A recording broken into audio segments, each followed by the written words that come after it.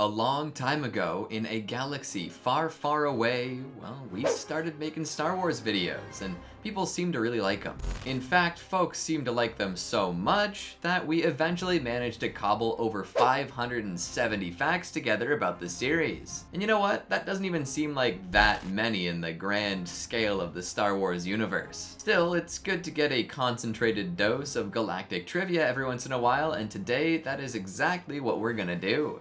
Welcome back to Cinematica. I'm Keegan, and today we're gonna do some hyperspace travel all through the history of Star Wars. Buckle up, because we might just beat Han's Kessel Run record. The first video we're gonna look into is a bit of a refresher before we dive into the nitty-gritty. Yep, it's time for the Star Wars timeline so far.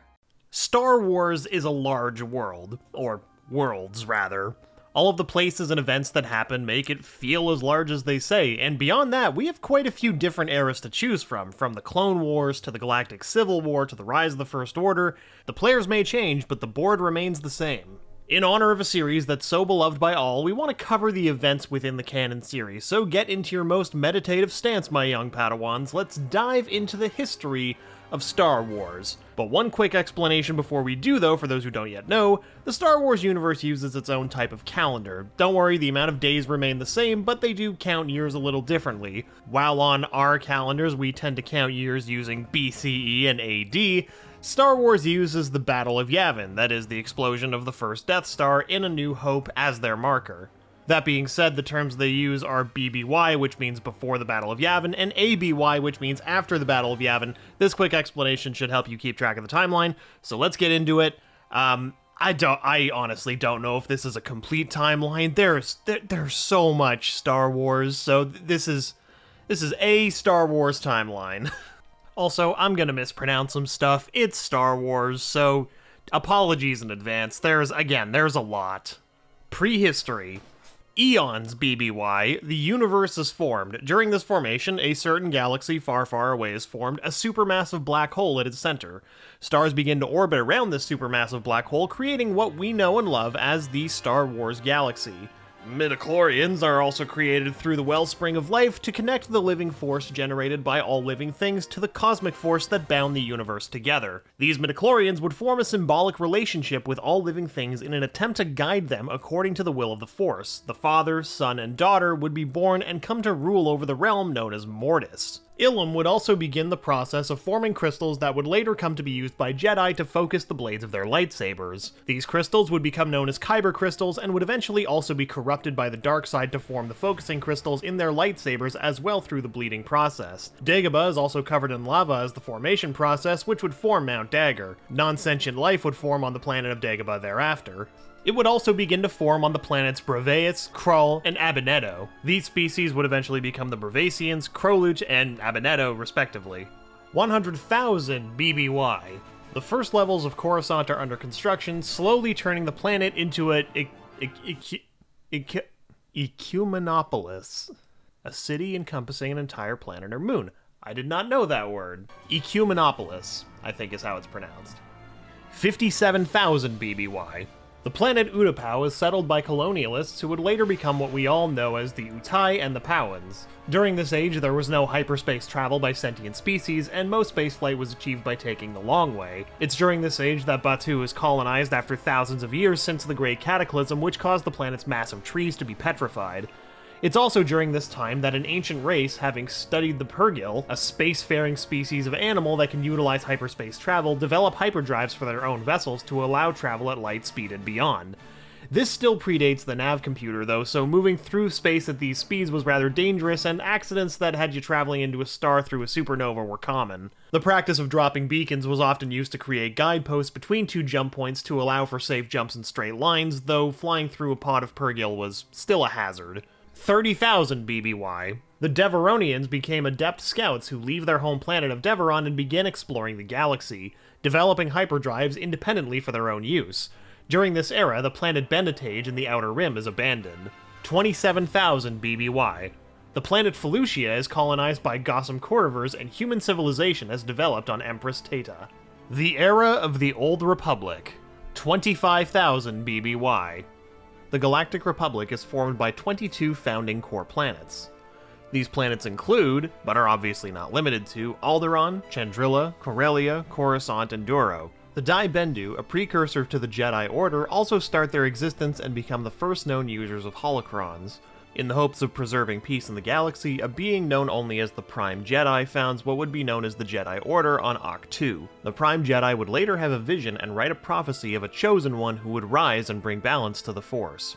During this same period of time, a Jedi scout would discover the planet Ilum through Force-assisted hyperspace travel. For those of you who want to know what that means, it means he used no nav computer or beacon and just jumped randomly in accordance to what direction the Force led him. This is how they discovered Ilum. The first Jedi temple is built on an island on Ahch-To. Thereafter, a village is also formed to hold the Jedi who would live there. During the expansionist period, the Corellian Run helps to form the Corellia system. The Corellian trade spine and Perlemian trade route are also founded. Duros explorers find and settle Neimoidia and Cato Neimoidia and would then join the Galactic Republic. The era between 22,000 BBY and 5,000 BBY.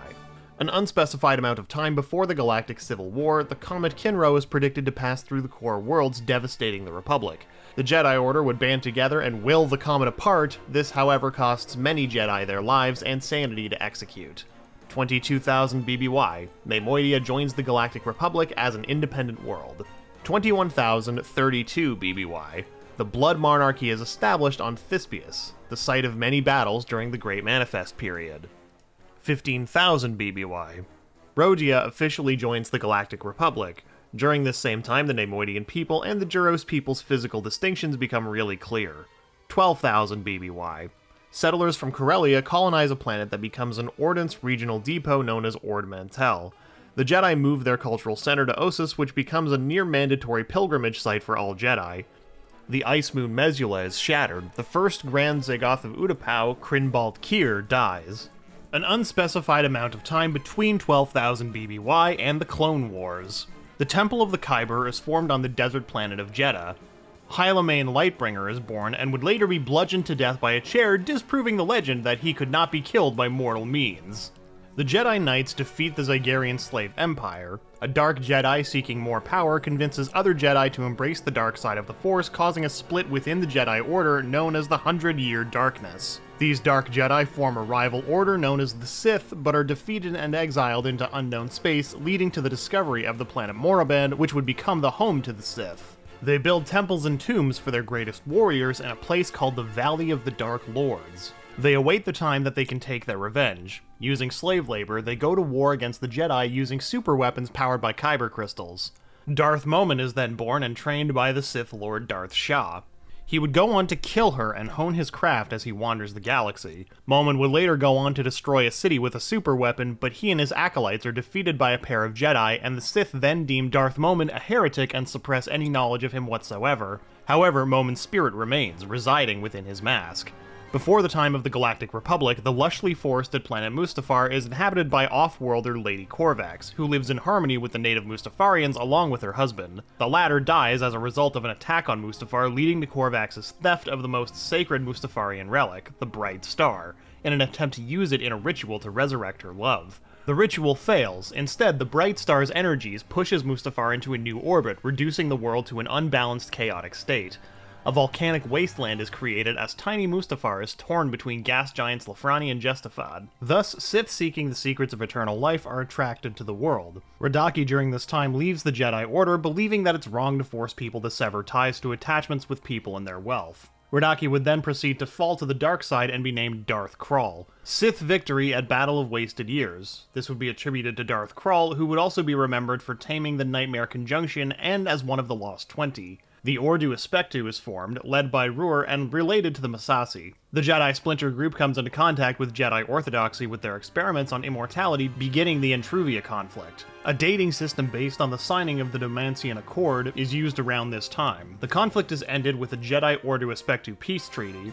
By the treaty's terms, Jedi inspectors arrive at the Citadel of Rur, and believing they intended to deactivate him, an artificial intelligence made of Rur's knowledge seizes control of the Citadel's droids and slaughters its inhabitants. Rur sacrifices himself to deactivate the machine, hyperspace jumping the Citadel across the galaxy in an event that would become known as the Doom of the Order Ordu Aspectu. The Corsair Wars begin. In the aftermath of the war, Jedi Master Uob breaks Jedi doctrine and helps develop the Farkiller sniper rifle, a weapon that utilizes the same technology as a lightsaber to work. The carbonite mines of Empress Tata's system are conquered by the Krath. A sentient species creates a gate that forms a wormhole through space and time that allows them their exodus from the wider galaxy. 9,991 BBY. The Mandalorian people begin to originate from their homeworld of Mandalore and form a culture centered around war and honor. This is the way, Vodan. 7,977 BBY. The CRC dating system is adopted.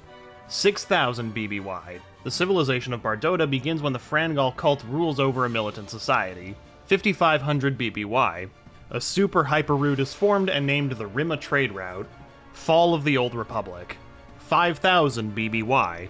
At the end of the Empress Tata Unification Wars, the Great Hyperspace War takes place in which the Sith Empire invades Empress Tata. The Republic wages war against the Sith Empire, and through the help of the Jedi Order, the Sith Lord Naga Sadow is pushed back and the Sith forces scatter across the galaxy. However, while the inhabitants of Empress Tata take this hyperspace war as fact, the wider galaxy speculates the validity of the claims due to the lack of archaeological proof. The Sith do wage a war during this era, however, against both the Jedi Order and the Republic. During this war, the capital of the Galactic Republic, Coruscant, falls to the Sith Empire. They build a shrine on the surface to exude the dark side. But the Jedi invade and manage to repel the Sith and reclaim the capital. The Jedi Library is formed on the planet Ossus as the physical embodiment of Jedi knowledge. The Massassi build the Great Temple on Yavin 4. The era between 5,000 BBY and 1,000 BBY takes place during the fall of the Great Republic. The Mandalorian Jedi War takes place.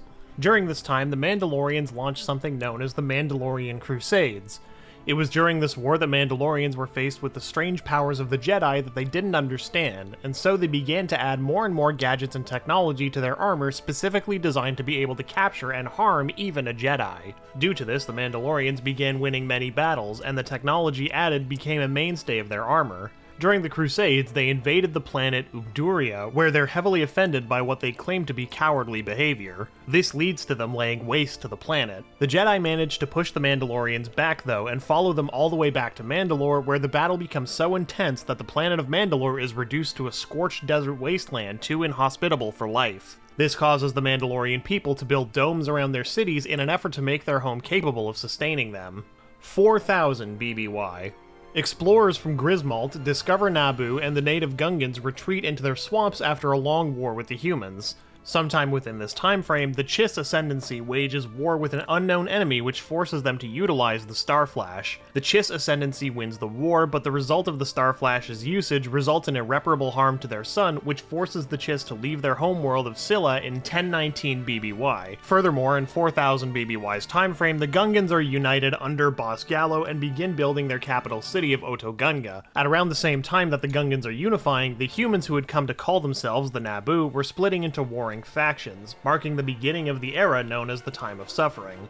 Sometime during 4000 BBY, it's said that the planet of Ossus, which served as the homeworld of the Jedi Order at the time, was devastated by the Kron supernova supposedly caused by Naga Sadow. During this time, 4 Jedi Masters moved to the planet Coruscant, which had an abundance of Force energy. The issue with this is that there was a Sith shrine there corrupting the flow of the Force. So, what's a Jedi Master to do? They dump concrete on it and build a new Jedi temple over top of it. This is the formation of the Jedi Order on Coruscant and the 4 Masters who would later be venerated as statues protecting the temple's entrance, known as the 4 Founders. 3966 BBY. By this point, galactic travelers navigate hyperspace using hyperspace sextants. Sith accounts describing the Kyber weaponry built by Darth Tanis within the Sith Temple on Malachor are made.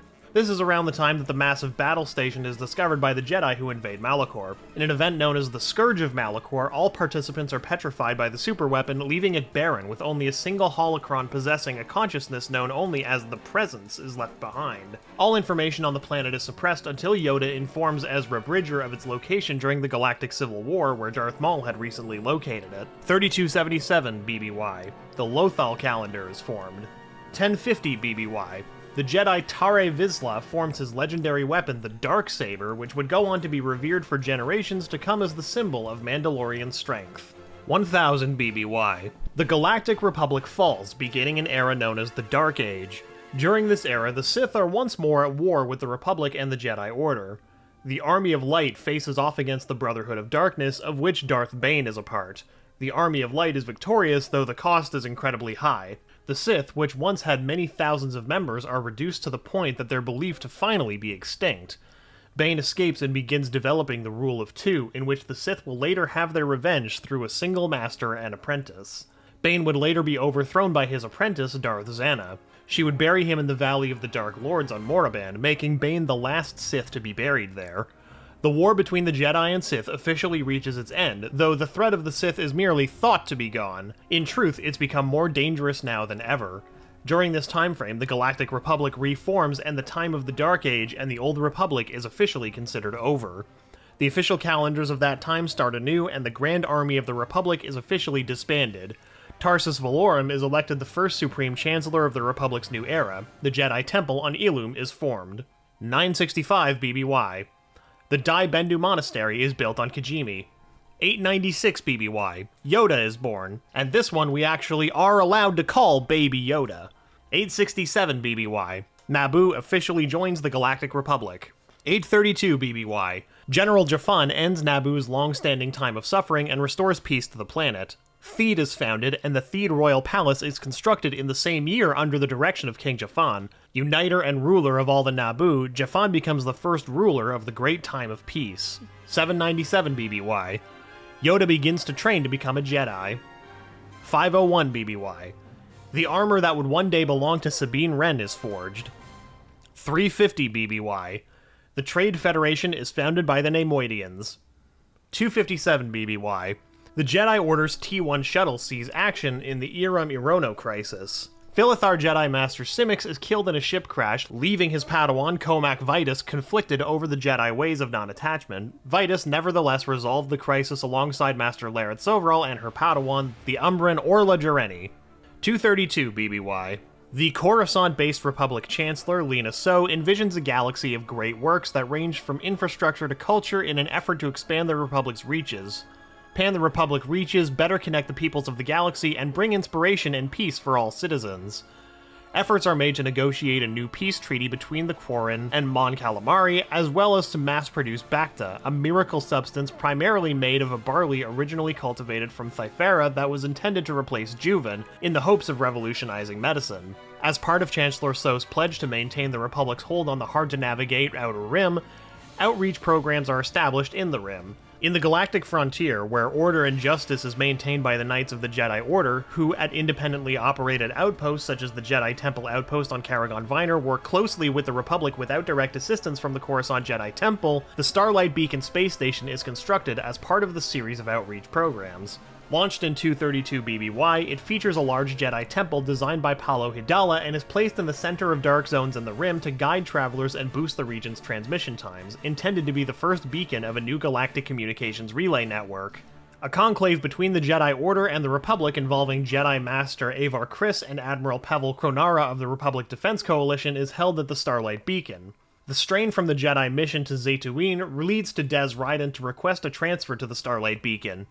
With the Jedi and the Republic's Starlight program infringing on his territory, and coupled with his family's past conflicts against the Jedi, Marchion Ro instigates the Great Hyperspace Disaster. In hyperspace, the Legacy Run, a Canif Yards Class A modular freight transport of the Bind Guild, encounters a Nihil ship and is destroyed. Starships across the galaxy are abruptly knocked out of hyperspace by missiles of debris from the Legacy Run, which also threaten to destroy space stations, moons, as well as planets. The Republic turns to the Jedi for help in saving lives and ending the crisis, and Jedi activity sees a significant increase. Due to being delayed at the Starlight Beacon, Master Avar Kriss and Admiral Pavel Kronara become the first to respond to the disaster in the nearby Hetzal system.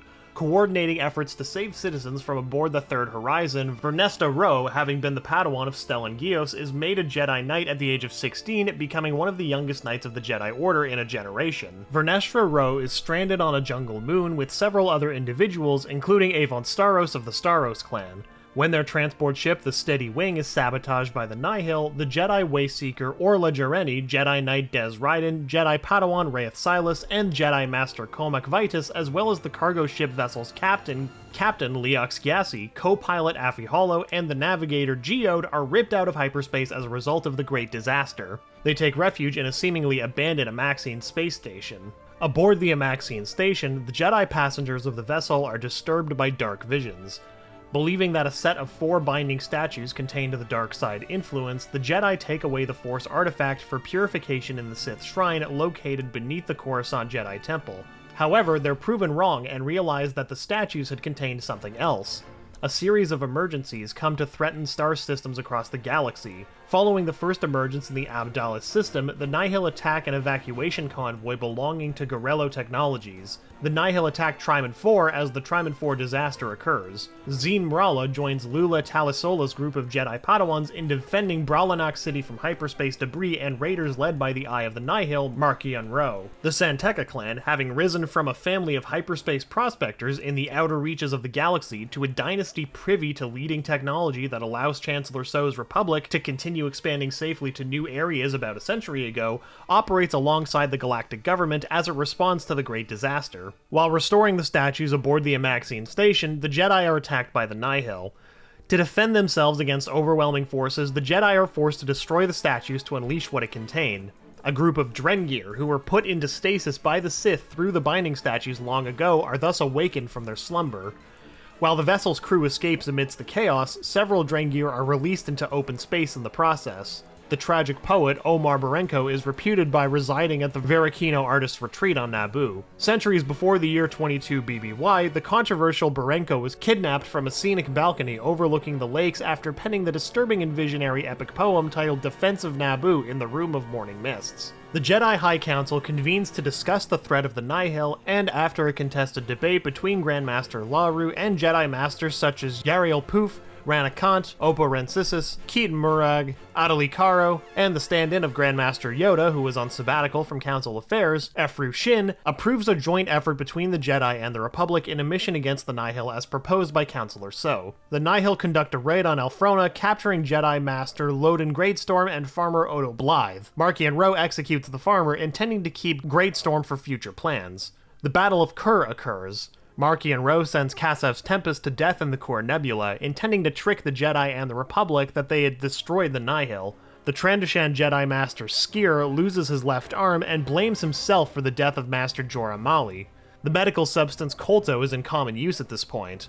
Jedi Grandmasters Patre Vetter and Yoda join other Jedi and Republic personnel, amongst them Chancellor Lena So, the newly minted Jedi Knight Keeve Trennis, and the newly appointed Marshal of the Starlight Beacon Avar Kriss aboard the latter station in its dedication ceremony for light and life. Steere hides a devastating secret that was tearing him apart, drawing a private emotional outburst from him soon after Starlight's dedication. Surik, which formed a part of a phrase used by the Jedi Steere, existed by this point. By this point, the Hutt clan is sanctioned from trading openly in Republic space. The Drengir abduct children on Sedri Minor. The Nihil attack a Hutt clan ship in the recently Republic-aligned Kazlan system, prompting the Jedi Steere, Keeve Trennis, and the Kotabi Bond twins Tarek and Seret to investigate the resulting wreckage. Tracing the Hutt craft's origin to the Sedri system, Steere and Seret take a T-1 shuttle to Sedri Minor. Avar Kriss and Vernestra Ro take the Ataraxia to join Trennis aboard the Hutt craft. On Sedri Minor, Seret is captured by the Drengir, and Kriss, Tarek, and Trennis, traveling aboard the Ataraxia, join Steere on the moon. Seret yields to the powerful shadow cast by Drengir and joins their collective mind. Sharing the same mind with Seret, Tarek also succumbs to the Drengir's influence and becomes crazed. While Kriss and Trennis confront the Drengir at their underground dwelling, Steere despairs that he couldn't help Tarek, who was uncontrollable and inconsolable. While Avar Kriss and Trennis fear Seret as well as a local boy from the Drengir, they're surrounded by more, who are accompanied by Steere. Steere had his mind joined with the Drengir's collective consciousness and had grown a botanical, plant-like left arm. Steere captures Kriss's crew, and the secret history of the Drengir is revealed. The Jedi and the Republic's Starlight Beacon is threatened by an age-old enemy. The Drengir, hungry for Jedi, arrive at a serene and remote Jedi outpost that the Jedi Lili Toraasi lived in. As a consequence of Menhir's bitterness and unwillingness to accept any change, the Drengir plague the village Skrull on the planet Batu. 200 BBY. Chewbacca is born. 102 BBY. Count Dooku is born on Sereno and is brought into the Jedi the same year. Master Sifo Dyas is also born this year. 80 BBY. Qui-Gon Jinn is born on Coruscant. 68 BBY. Qui-Gon is apprenticed to Master Dooku. 65 BBY, the Theed Power Generator. You remember that weird place in the palace where they fought Darth Maul? Yeah, that place. It's built by Outer Rim Construction and Assembly as a joint venture with Damask Holdings. For those of us who don't know, the CEO of Damask Holdings is Higo Damask II. This man is a moon like those who ran the banking clan, but you may know Higo Damask II better by the name of Darth Plagueis the Wise. It wasn't too far from this point in time that Plagueis and Palpatine were training and attempting to discover the secret to immortality and how to manipulate the midichlorians to create life. They did many tests and actually succeeded. Sidious and Plagueis managed to get many creatures pregnant using only the midichlorians, and among those who felt the effects of this grand experiment was a slave woman on Tatooine named Shmi Skywalker. 58 BBY. During the Mandalorian Civil War, Jaster Muriel leads the true Mandalorians against Tor Vizsla's Death Watch in battle on Concord Dawn. Jaster's men are beaten back and scatter as Jaster is taken in by a family known as the Fets. However, Death Watch catches up fast and Jaster fails to save the Fets, with only their son Jango escaping. The battle is won by the true Mandalorians, however, with the help of Jango, who's named an honorary Mandalorian for his valor. Years later, Jango is assigned to be the leader of his own squad in battle, along with Montrose, who leads Vertigo Squad, and Jaster, who leads Head Hunter Squad. As the battle intensifies, however, Montrose disobeys orders and presses attack instead of retreating. This forced Jaster to bail out Vertigo Squad, but Jaster is betrayed and killed. Montrose claims Jango is dead in an attempt to take the title of Mandalore, but Jango shows up carrying the body of Jaster and claims the title instead. Jango then leads the true Mandalorians to Galadron, where Death Watch is being harbored by the Governor. Jango manages to drive them out, but the Jedi are called in by the Governor. They proceed to kill the true Mandalorians with only Jango remaining. The Governor sells Jango into slavery, but Jango escapes and settles scores. He manages to track down Death Watch and Tor Vizsla, where he kills them all by himself and a family of dire cats. 45 BBY. Qui-Gon chooses Obi-Wan as his apprentice. 41 BBY. After 9 months post Sidious and Plague's experiment to create life through the Force, Anakin Skywalker is born to a very confused Shmi Skywalker. Also, Grogu is born this year too. This is the Baby Yoda that we're not allowed to call Baby Yoda. 40 BBY. Qui-Gon and Obi-Wan are sent to protect Satine Kryze during the Mandalorian Civil War. It's here that Obi-Wan definitely doesn't fall in love with Satine and definitely doesn't become the father of Corky Kryze. Nah. Definitely not the father, couldn't be him. 36 BBY, Ashoka Tano is born. 33 BBY, Caleb Dune, aka Kanan Jarrus, is born. 32 BBY, the Geonosians begin manufacturing droids under orders of the Trade Federation, who were themselves under the influence of Darth Sidious. Sidious also oversaw the creation of the clone troopers on Kamino. A taxation on trade routes is pushed through the Senate by then-Chancellor Valorum, which would then serve as the catalyst that begins the Clone Wars. In protest, the Trade Federation sets up a blockade over Naboo, but this is a ploy and a cover for a secret invasion of the planet. Qui-Gon and Obi-Wan are sent to force a settlement, but are ambushed and escape to Naboo. While there, they take the Gungan Jar Jar Binks into their party and escape Naboo with Queen Padme Amidala. However, their ship is damaged on the way back to Coruscant and are required to stop for repairs on the planet of Tatooine, where they encounter Anakin Skywalker. After some crafty Qui-Gon big brain moments, they manage to free Anakin from slavery and get the parts they need. They escape to Coruscant, where, after being asked to defer an investigation, as well as some prodding from Senator Sheev Palpatine, Queen Amidala calls for a vote of no confidence in Chancellor Valorum. Valorum is removed from office, and Senator Palpatine is nominated and confirmed to replace him. That night, Palpatine invites his mentor, Higo Damask II, to a night on the town where he waits for the old Sith Lord to grow drowsy from his drink and proceeds to murder him in his sleep, taking the mantle of Dark Lord of the Sith. Qui-Gon and Obi-Wan would then face Darth Maul. Maul kills Qui-Gon, but Obi-Wan defeats Maul by bisecting the Sith Lord. Obi-Wan vows to train Anakin Skywalker, and peace returns to Naboo. By this time, Dooku is turned to the dark side and is given the title Darth Tyrannus by his master, Darth Sidious. 28 BBY. Padme Amidala steps down following two 2-year terms as Queen of Naboo. Rey Lata defeats Jamila in her campaign to succeed Amidala, though Jamila later resigns for 4 years before being succeeded by Mutiny during the Clone Wars. 24 BBY. The Separatist crisis begins as thousands of star systems leave the Republic to join the Confederacy, breaking the Republic in two. The Separatist Senate forms. 23 BBY. The Senate debates whether an army should be raised and begins discussion on the Military Creation Act. 22 BBY. On her way to an important vote, now Senator Padme Amidala returns to Coruscant only for her ship to be destroyed by an assassin, killing her body double. Later, the mysterious assassin attempts to kill her once more while she sleeps, but is thwarted by Jedi Master Obi-Wan Kenobi and his student Padawan Anakin Skywalker. They hunt down the changeling assassin, Zam Wessel, but Zam is also killed by another assassin using a Kamino saber dart. The Council sends Anakin to guard Padme back on Naboo. Obi-Wan investigates the star system of Kamino and there finds a clone army which he reports back to the Jedi Council. He then discovers Jango Fett, who attempts to escape, but Obi-Wan is in hot pursuit and follows him all the way to Geonosis, where Obi-Wan is captured. After having a nightmare about his mother, Anakin takes Padme to Tatooine, where they search for his mother only to find her dead.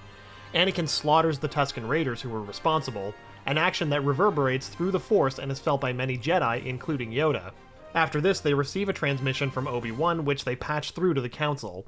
Obi-Wan tells them of the droid factory and the plans to attack the Republic. The Republic votes to create the army, and Yoda goes to Kamino to inspect the clones. After being captured, Anakin and Padme escape with Obi-Wan and the help of the newly formed Grand Army of the Republic. Jango Fett is killed, leaving his armor to his clone son, Boba Fett. They chase Dooku back to his secret base and duel him, but both Anakin and Obi-Wan are wounded and are only saved when Yoda shows up and drives Dooku away. Anakin and Padme secretly get married. 22 BBY to 19 BBY. The Clone Wars take place and culminate with the capture of Chancellor Palpatine. Obi-Wan and Anakin are dispatched to save him and manage to kill Count Dooku, but fail to destroy General Grievous. Then they crash land on Coruscant. Anakin then learns that Padme is pregnant and is plagued with the nightmares of her death. Suspicions rise that the dark side surrounds the Chancellor, and so they let Anakin onto the Council only to act as a double agent against Palpatine, which Anakin finds distasteful and discloses to Palpatine. However, Palpatine reveals himself as Darth Sidious to Anakin and attempts to persuade him to join the dark side. Anakin tells Mace Windu. Meanwhile, Obi-Wan is sent to Utapau along with the 212th Attack Battalion to deal with General Grievous. Obi-Wan manages to kill the general. Mace Windu and various other Jedi confront the Senate, Palpatine, which results in a battle in which all of the Jedi Masters, brought by Mace, including my boy Kit Fisto, are killed. Oh, why did it have to be Kit Fisto? F's in the chats for Kit Fisto. Windu defeats Palpatine soundly in battle, but Anakin interrupts and Palpatine manages to kill the Jedi Master. Consumed with guilt and fear, Anakin swears himself to Palpatine and is renamed Darth Vader by the Sith Lord. Order 66 is then called, and Anakin marches into the temple to kill the Jedi. Reva is among the younglings Anakin attempts to kill, but she manages to survive and is turned into an Inquisitor who seeks vengeance against Vader. Obi-Wan is attacked by Commander Cody, and Ashoka is attacked by Commander Rex. Yes, he was named Commander before the series ended. Ashoka saves Rex, and the two flee together into hiding. Obi-Wan survives the attack and makes his way back to Coruscant, where he discovers the truth. Obi-Wan and Yoda split up to face Darth Vader and Darth Sidious, respectively. Yoda fails to kill Sidious and departs for Dagobah for exile. Obi-Wan defeats and maims Vader, but fails to kill him. Padme gives birth to twins, but dies shortly after. The twins are split up. Bail Organa takes Leia, and Obi-Wan sends Luke to live with the Lars family on Tatooine. The Imperial Era. 14 BBY. The events of Star Wars Jedi Fallen Order take place. Darth Sidious and Darth Vader undertake a mission to Ryloth. The Free Ryloth movement, led by Cham Syndulla, attempts to assassinate the two Sith Lords. The deaths of Belcor Dre and Isval also occur. 10 BBY. The events of Solo, a Star Wars story take place, including his legendary Kessel Run. 9 BBY. The events of Kenobi occur. Obi-Wan is sent to rescue Leia Organa, and once he does, he must safeguard Luke from Reva, though he's too late. However, Owen and Beru Lars manage to protect Luke from her for a while. Before she can kill Luke, however, she has a change of heart, and releases her hatred of Vader to return to the light side. 5 BBY. The events of Star Wars Rebels occur. 4 BBY. Kanan Jarrus is captured by the Empire, and Ezra Bridger's message echoes out from an Imperial relay station. With the rescue of Kanan, the fire across the galaxy is set, Lothal is seized by the Empire. 3 BBY. Kanan, Ezra, and Ashoka travel to Malachor, where they discover Maul and are chased down by the Inquisitors and Vader himself. Ezra escapes with the holocron. 1 BBY. Phoenix Squadron leads an assault on the Imperial presence on Lothal. Kanan Jarrus is killed saving his team. Sometime around this year, the Night of 1,000 Tears takes place on Mandalore, in which the Empire massacres the Mandalorian people in response to the Bo-Katan Kryze taking over leadership of Mandalore after the demise of Tiber Saxon. The Mandalorian people are nearly wiped out. 0 BBY. Lothal is freezed when Ezra sacrifices himself to take Thrawn out with a pot of Purgil, a group of brave rebels from Scarif, and steal the plans to the Death Star in which Galen Erso had put a secret weakness. They transmitted the plans to the Tantive 4, which escaped the battle. Darth Vader launched off in hot pursuit and disabled the ship. Leia then sent the plans down to the surface of Tatooine inside of an astromech droid which would later be purchased by the Lars family. Luke removes the restraining bolt and the droid escapes. Luke goes out to find it, and while he's gone, the Lars farm is raided by Imperials and Owen and Beru are killed. Alderaan is destroyed by the Death Star. Luke decides to go with Obi-Wan to deliver the droid, R2-D2, to Alderaan. But, the planet is destroyed and they're captured by the Death Star. They escape with Leia, but Obi-Wan dies fighting Vader. They head to Yavin 4 where they deliver the plans to the Rebellion. It's then that the Death Star pops out of hyperspace. However, the Rebellion scrambles fighters armed with proton torpedoes that will be able to get into the exhaust vent and set off a chain reaction which will blow the station. And thanks to Luke and the ghost of old Ben Kenobi, the whole thing goes down and then, everyone but Chewbacca gets a medal, we all know this. He gets one later, they give him one later for some reason. In Rise of Skywalker, I think. 3 ABY. The Battle of Hoth occurs. Vader leads the charge, but the rebels escape. Luke, having had a vision of Ben, goes to train with Yoda, while Han, Leia, and Chewbacca end up in Cloud City to be used as bait for Luke. Han is frozen and delivered to Jabba the Hutt by Boba Fett. Luke appears to rescue Leia and Han, but is instead forced to face Vader, who cuts off his hand and reveals that he is his father. Luke would rather die than join Vader, but the Force saves him and he's rescued by Leia and Chewbacca. Luke then receives a new hand from the rebels. 4 ABY. Leia and Chewbacca go to rescue Han, but are captured by Jabba. Luke goes to flex on Jabba, but nobody outpizzas the Hutt, so he ends up captured too.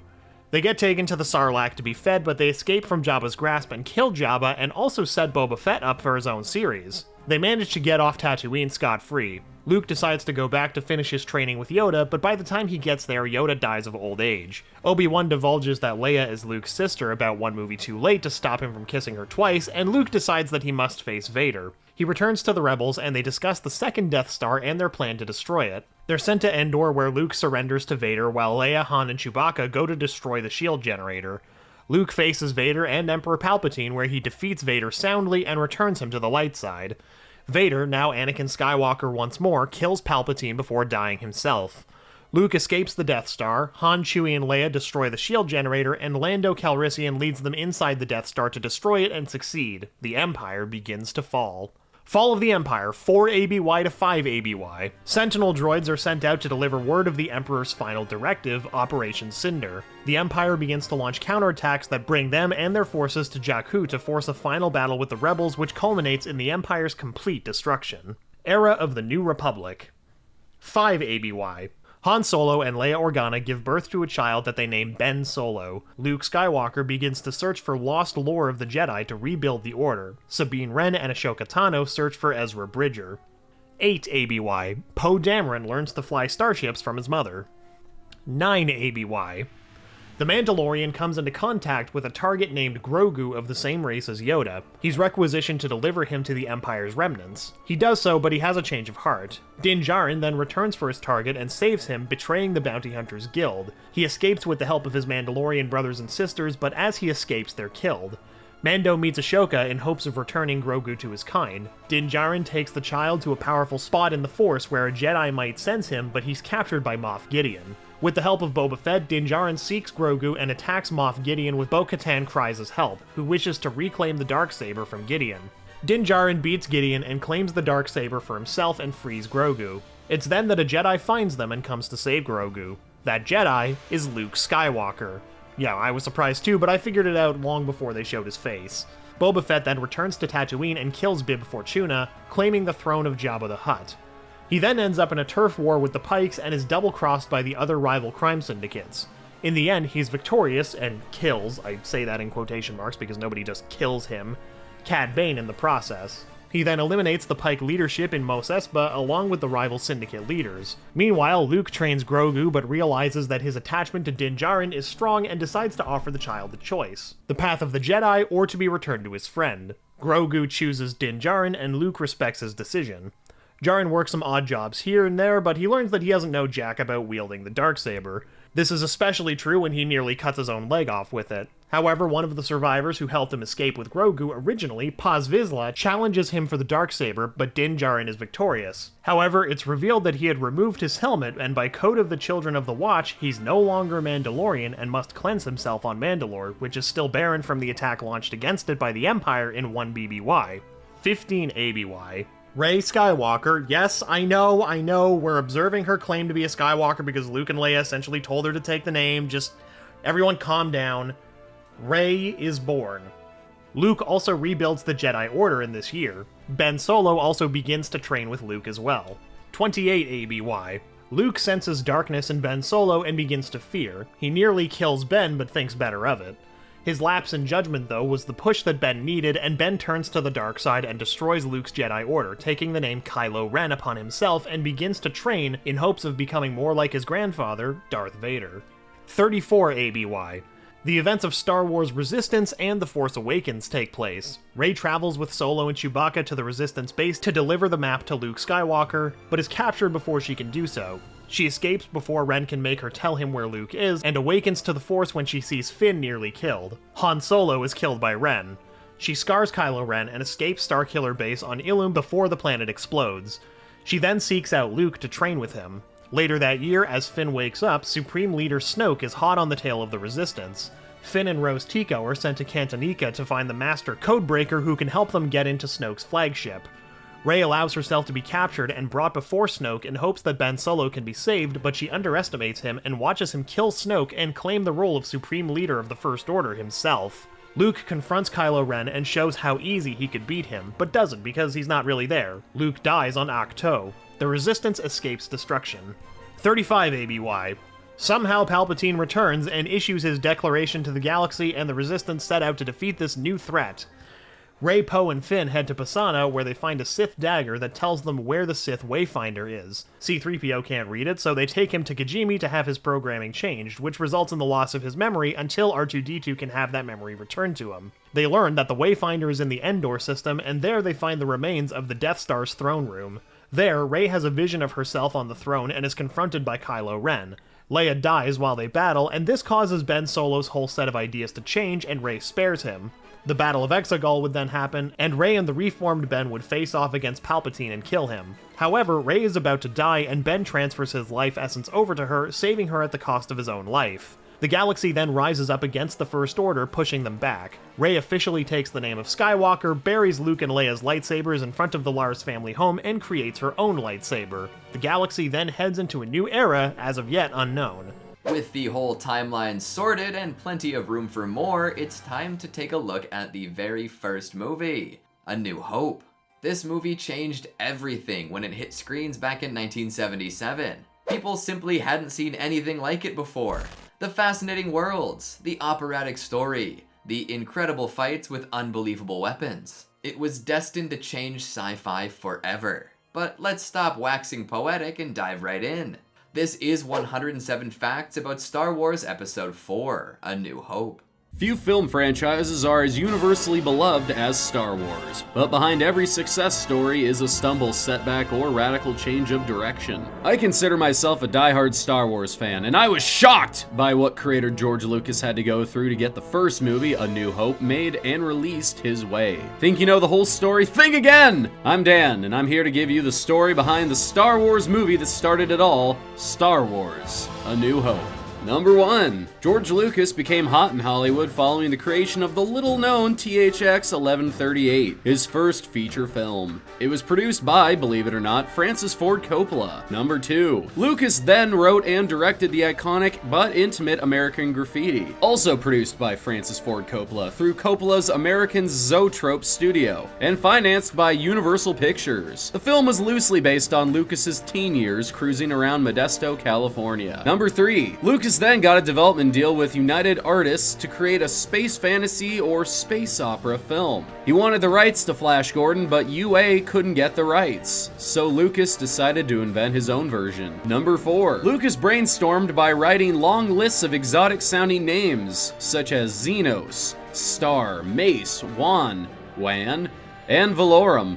He then combined them to create full names and added roles. Number 5. Other sources from which George Lucas drew influence are Buck Rogers, J.R.R. Tolkien, and Frank Herbert's Dune. In fact, earlier drafts of the screenplay were so similar to Flash Gordon and Dune, the rights holders forced him to rework his premise even further. Number 6. David Lynch would later turn down the opportunity to direct Star Wars Episode 6 so that he could direct Dune, which is almost like turning down Star Wars to direct Star Wars.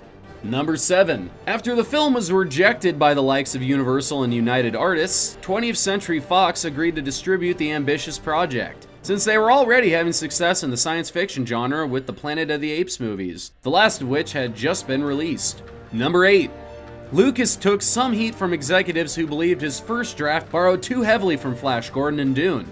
He made changes, but the iconic crawl sequence was lifted directly from Flash Gordon, as George Lucas wanted to mirror the feeling of its serialized story. Number 9. At the time of the film's production, it was standard for movies to start with opening credits. In fact, the Directors Guild of America mandated it. George Lucas felt so strongly that his film should open with this iconic crawl that he resigned from the Directors Guild of America to preserve his vision.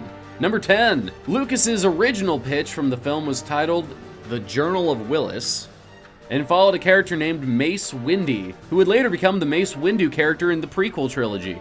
Another early idea changed for the better. Number 11. Originally, the Force was a large crystal or galactic holy grail called the Kyber Crystal. Although unused in Star Wars A New Hope, this idea was later utilized in the 1978 Star Wars novel Splinter of the Mind's Eye. Number 12. Universal had a shot to snatch up Star Wars and loved Lucas for making American Graffiti, a film that was a hit for them just a year earlier.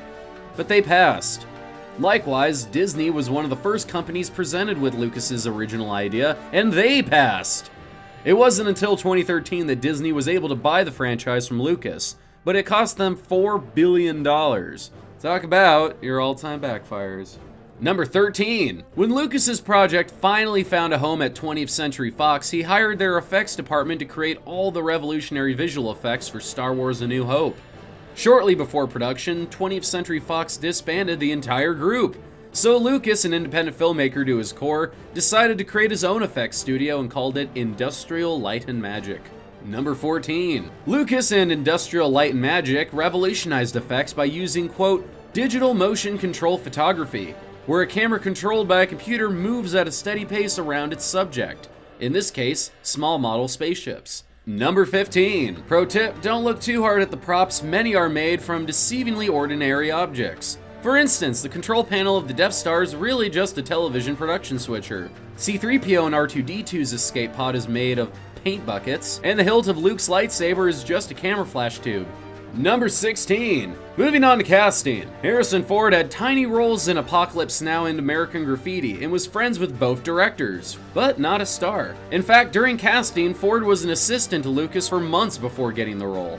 During casting sessions, he would read lines with the actors trying out for the film. Number 17. Eventually, Lucas was won over by Ford's portrayal in these casting sessions and cast him in the role that would change his life forever. At the time, Harrison Ford's main source of income was from being a carpenter. Number 18. After getting the role, Ford was very direct with Lucas about some of the film's wooden dialogue, something Lucas had always taken heat for. Ford is quoted as saying, quote, "You can type this shit, George, but you sure can't say it." Number 19. Allegedly, Ford did not know any of his lines, sometimes on purpose. One famous example is this comedic intercom conversation where Han, dressed as a stormtrooper, pretends to be a commanding officer. Ford claims this was done so that the conversation would sound spontaneous. Everything's perfectly all right now. We're fine. We're all fine here now. Thank you. How are you? Number 20. Rewrites. Luke Skywalker's character in various drafts went from being a 60-year-old general to a member of a family of dwarves. Of course, Luke and his family didn't end up being dwarves in the final draft, but Lucas held on to the idea of the dwarf hero and eventually used this concept years later in his film Willow. Number 21. Lucas originally wrote Luke Skywalker to be Luke Starkiller. The name was eventually changed to avoid any associations with Charles Manson, who famously blamed Hollywood and the record industry for not seeing his brilliance, and went on to order his followers to kill star Sharon Tate and others in his name. Number 22. Speaking of Luke, guess how the unknown actor Mark Hamill won the role? A friend of Hamill's overheard the auditions and thought he would be perfect for it and tipped him off. Who says all actors are cutthroat? By the way, the actor that tipped off Mark Hamill, Robert Englund, who you may probably know as Freddy Krueger. Sweet guy, turns out. Number 23. The character Chewbacca was inspired by George Lucas's dog, Indiana, an Alaskan Malamute, who of course was the inspiration for the naming of Indiana Jones. Number 24. The name Chewbacca is derived from a Russian word I can't pronounce. I think it's Sabaka. Sabatka? This word means dog in Russian, apparently. Number 25. Speaking of Chewbacca, Peter Mayhew is the actor in that furry costume. He's 7'3" in real life, no tricks were used to make him look tall on screen. Number 26. Believe it or not, Mayhew was given the option to play either Chewie or Darth Vader. He chose Chewie in a move he may regret given Vader's status as an American cultural icon. Mayhew said he just wanted to play a hero. Number 27. One more fun fact about Mayhew, he was not an actor. He was a porter at a London hospital and was discovered after being profiled in an article on people with big feet. Movie producers read the article and started casting him in roles requiring giant people with few speaking lines. Number 28. Chewbacca's voice was created by sound designer Ben Burtt. Burtt researched and combined the wailings of walruses, lions, camels, bears, rabbits, tigers, and badgers. According to Burtt, the primary influence in Chewie's voice is a black bear named Tarek from the Happy Hollow Zoo in San Jose, California. Number 29. Famously, Chewbacca has the last line in the film, his trademark Wookiee growl. Number 30. Here's an Easter egg from before they were even called Easter eggs. There's a tiny Playboy centerfold and Star Wars movie poster inside of the Rebel Blockade Runner model used in the opening scene. How they put a poster in while they were doing that? I have no idea. Number 31. Another Easter egg from before they were even called Easter eggs. The $6 Million Man makes a cameo. A scaled-down land speeder model was used for effects shots and was filled with a scaled-down model of the characters. Number 32. Lucas originally wrote Tatooine to be a jungle planet, but didn't want to film in jungle because he would feel, quote, itchy. Lucas instead opted for making Tatooine a desert planet and settled on filming in a desert in Tanzania. Number 33. As it turns out, filming in a desert has its downsides too. On day one of production, Tunisia was hit with its first rainstorm in 50 years, pushing back production by about a week. Number 34. During the rainstorm, some of the sets and props were blown apart, like the sandcrawler, and parts were getting stuck in the mud. Those parts then had to be lifted via truck, but the trucks also got stuck in the mud. Number 35. Speaking of Tatooine, the Lars family have been moisture farmers for at least 3 generations. Luke is the third. For those of you who don't know what moisture farming is, it's farming for water on arid planets. Number 36. In the beginning of A New Hope, we learned that Luke was raised by his aunt and uncle Beru and Owen Lars. While he is technically related to them through marriage, they aren't blood related. Luke's biological grandmother was Owen's stepmother, who is, I guess, the Virgin Mary in the Star Wars universe. Heyo! Luke's home planet is never referred to by name in this movie, but was called Utapau in the script. Later, Lucas renamed it Tatooine after the desert location, Tatooine. It was first called this in Empire Strikes Back. Number 38. The interiors of Luke's house were filmed at the Hotel Sidi Driss, which is still an open and functioning hotel in Tunisia, and a popular tourism site for hardcore fans. Number 39. Lucas rebelled against the idea that the future was shiny and bright, like its portrayal in other sci-fi films. He preferred the idea of, quote, used future, where things were aged, deteriorating, and worn. This gave an air of authenticity to everything in the Star Wars universe, until Episode 1. But I'll stay off my soapbox for now. Number 40. Sound designer Ben Burtt, who would win an Academy Award for his work on A New Hope, made the chirps and beeps for R2-D2 by running his own chirps and beeps through a synthesizer. Burtt was also the voice of Darth Vader. Actually, he was the breath of Darth Vader. That famous breathing sound came from Burtt breathing through a scuba mask with a microphone. Number 41. James Earl Jones was the voice of Vader, of course, but before he was cast, he was an accomplished but little-known actor, having bit parts in big movies like Doctor Strangelove and TV movies like Roots. That all changed following the release of A New Hope. David Prowse is actually the man in the Vader costume, but his English accent would have been less intimidating than James Earl Jones's dulcet tones. You are part of the Rebel Alliance and a traitor. Number 42. One other super famous voice was considered for Vader, Orson Welles. but the iconic director's voice was too well known and his difficult personality too well documented. Number 43. Speaking of quick, Darth Vader only has 12 minutes of screen time in A New Hope. 10% of the entire film. Maybe that's why he's so scary. We never had a chance to get comfortable with him. Number 44. In fact, Vader was originally such a minor character that he was written without his black suit and helmet in early drafts. And in what would have been a disastrous decision, Vader was killed in a firefight in early drafts of A New Hope. Mr. Lucas, rewrites are your friends.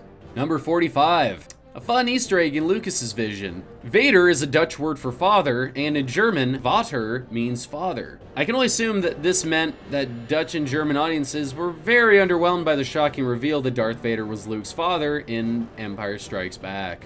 Number 45. True artist that he is, James Earl Jones requested to be uncredited in the film, fearing he would be typecast. Many think this added to his and Vader's mystique. Number 47. Moving on to Obi-Wan, the Wise Master. He was originally meant to survive the film, but Alec Guinness and George Lucas agreed he had to die to leave the legacy for Luke to carry on. Number 48. So, you'd think Obi-Wan would remember R2-D2 and C-3PO after his interactions with them in the prequel movies, right?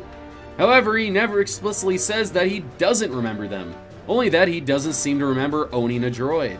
This is technically true, as C-3PO was Anakin's. I don't seem to remember ever owning a droid. Number 49. Though the Clone Wars were first mentioned by Obi-Wan in this movie, they were never given an explanation until the release of Attack of the Clones, 25 years later. It is believed that they had no formal definition at the time and that their mention was just an example of universe building by George Lucas. Number 50. When Obi-Wan cuts off Ponda Baba's arm in the Mos Eisley Cantina, the severed limb is clearly seen bleeding. In later installments, it became established that lightsabers will instantly cauterize a wound. In George Lucas's defense, the blood spurts are awesome. Number 51. Earmuffs. The style of music played by the band in the Mos Eisley Cantina is called jizz. Number 52. Let's talk about Han Solo. Guess who he's based on? Francis Ford Coppola, of all people. Number 53. By now, everyone's heard of the Han shot first controversy. How in the original first cut of the film, Solo shoots Greedo during their encounter in the Mos Eisley Cantina. In the 1997 re-release, the scene was changed so that Greedo shoots at Solo first, and it was changed again in a 2004 re-release so that the two fire at nearly the same time. So which way is the right way? While George Lucas claims that Han was always intended to shoot second, the script itself has Han making the sudden first move. So, technically Han did shoot first. Harrison Ford has weighed in on the subject, saying, quote, "I don't know, and I don't care," making us love him even more. Number 54. You're probably recognizing a theme here. George Lucas loves to pull from his own life and work it into his films. Case in point, he says he came up with the name R2-D2 when he went to retrieve reel 2 of the second dialogue track. The sound engineer abbreviated it by saying, quote, "Could you get R2-D2 for me?" And the rest is film history. Number 55. Another example of Lucas pulling from life, the term Jedi is pulled from two words meaning soap opera in Japanese. Lucas was in Japan, saw the words on screen, and loved them. Number 56. Lucas was also great about using mistakes to his advantage. Vader's breathing mask was not a part of the original script. Production designer Ralph McQuarrie actually recommended it, noticing that Vader would need a helmet, like the stormtroopers had, to be able to breathe while traveling from his ship to the rebel ship. Lucas kept it as part of the character because of how threatening it appeared. A proper canonical explanation was not given until Empire Strikes Back. Number 57. Similarly, the crevice around the Death Star was not part of the plan either. Model maker Colin Cantwell produced a sculpture of the Imperial battle station using two domes, but the material he used shrank, creating a ditch between the two halves. He recommended to Lucas that they keep the crevice and implemented it into the climax. Lucas loved the idea, so it stuck. Number 58. Actors struggled with filming conditions. C-3PO's eyes were covered with gold so that they wouldn't corrode, making Anthony Daniels effectively blind while in the suit. Number 59. Mark Hamill broke a blood vessel in his face while holding his breath during the trash compactor scene. You'll notice many shots feature only half Mark Hamill. Number 60. Grand Moff Tarkin's boots were too small for actor Peter Cushing's feet. He only wore them during shots where they were visible, and the rest of the time he wore a pair of fuzzy slippers. The slippers were later put on display at the Whitstable Museum in Kent. Number 61. Carrie Fisher also struggled with wardrobe issues. She not only disliked her iconic hair buns, but also her outfit, as it completely concealed her figure. Not only that, but her breasts had to be taped down because no underwear could be worn underneath. Or in her words, because, quote, there are no breasts in space. Number 62. When stormtroopers storm the control room where C-3PO and R2-D2 are hiding, one of them famously bumps his head. A comedic bonk sound effect was added in the 2004 re-release. Hangover. And the incident was paid homage in Attack of the Clones, wherein Jango Fett hits his head entering his spacecraft. The identity of the original stormtrooper remains a mystery, as many actors have claimed that they also bumped their heads while wearing their helmets. This just confirms what I've long suspected, that all stormtroopers have terrible aim. Number 63. Even the crew were disenchanted by the production, labeling it a silly children's film amongst themselves. In the closing sequence, extras were rumored to be mocking the actors as they walked down the aisle, believing the film would be a flop. Number 64. A big part of the problem was Lucas's shyness. He rarely spoke to the actors and crew, and when he did, it was reported to be soft and mumbly. Lucas gave minimal direction to his actors, mainly just advising them to be faster and more intense. This became a running gag on set to the point where, when Lucas lost his voice one day, they gave him cue cards with those words written on them. Number 65. The Death Star blueprints shown in the Rebel grid plan, which were made by 2 students at Cal Arts, are actually different from the final design seen on screen. The animation was already completed by the time the prop design was updated. Number 66. The chess-like board game in the Millennium Falcon is called Dejarik, and it uses holograms of real species as pieces. There are actual rules too, but they have never been released to the public. Number 67. There is a famous blooper of Mark Hamill yelling, "Carrie!" rather than Leia, after greeting the character near the end of the movie. Mark Hamill, however, claims that this alleged slip-up has always been false, and that he was really saying, "There she is." The "is," he says, was cut off by the sound designers. Number 68. Aside from the background extras, Princess Leia and Beru Mars are the only female roles in the movie, and 2 of the 3 in the entire trilogy. Number 69. Luke's X-Wing call sign is Red 5. It was also Anakin's call sign during the Clone Wars. Number 70. In the scene where the Red Squadron assembles, Luke reunites with his old friend Biggs Darklighter. Earlier scenes that developed their friendship were cut from the final film for time, but were recovered by documentarian Jamie Benning in his film, Blast It Biggs, Where Are You? Number 71. The line "Blast It Biggs, Where Are You" was changed in a later release from Luke's original line, "Blast It Wedge, Where Are You?" We know where Biggs went though, which begs the question, where's Wedge? Number 72. In real life, the actor who played Wedge, Dennis Lawson, is the uncle of Ewan McGregor, who would later play Obi-Wan in the prequel series. Coincidence?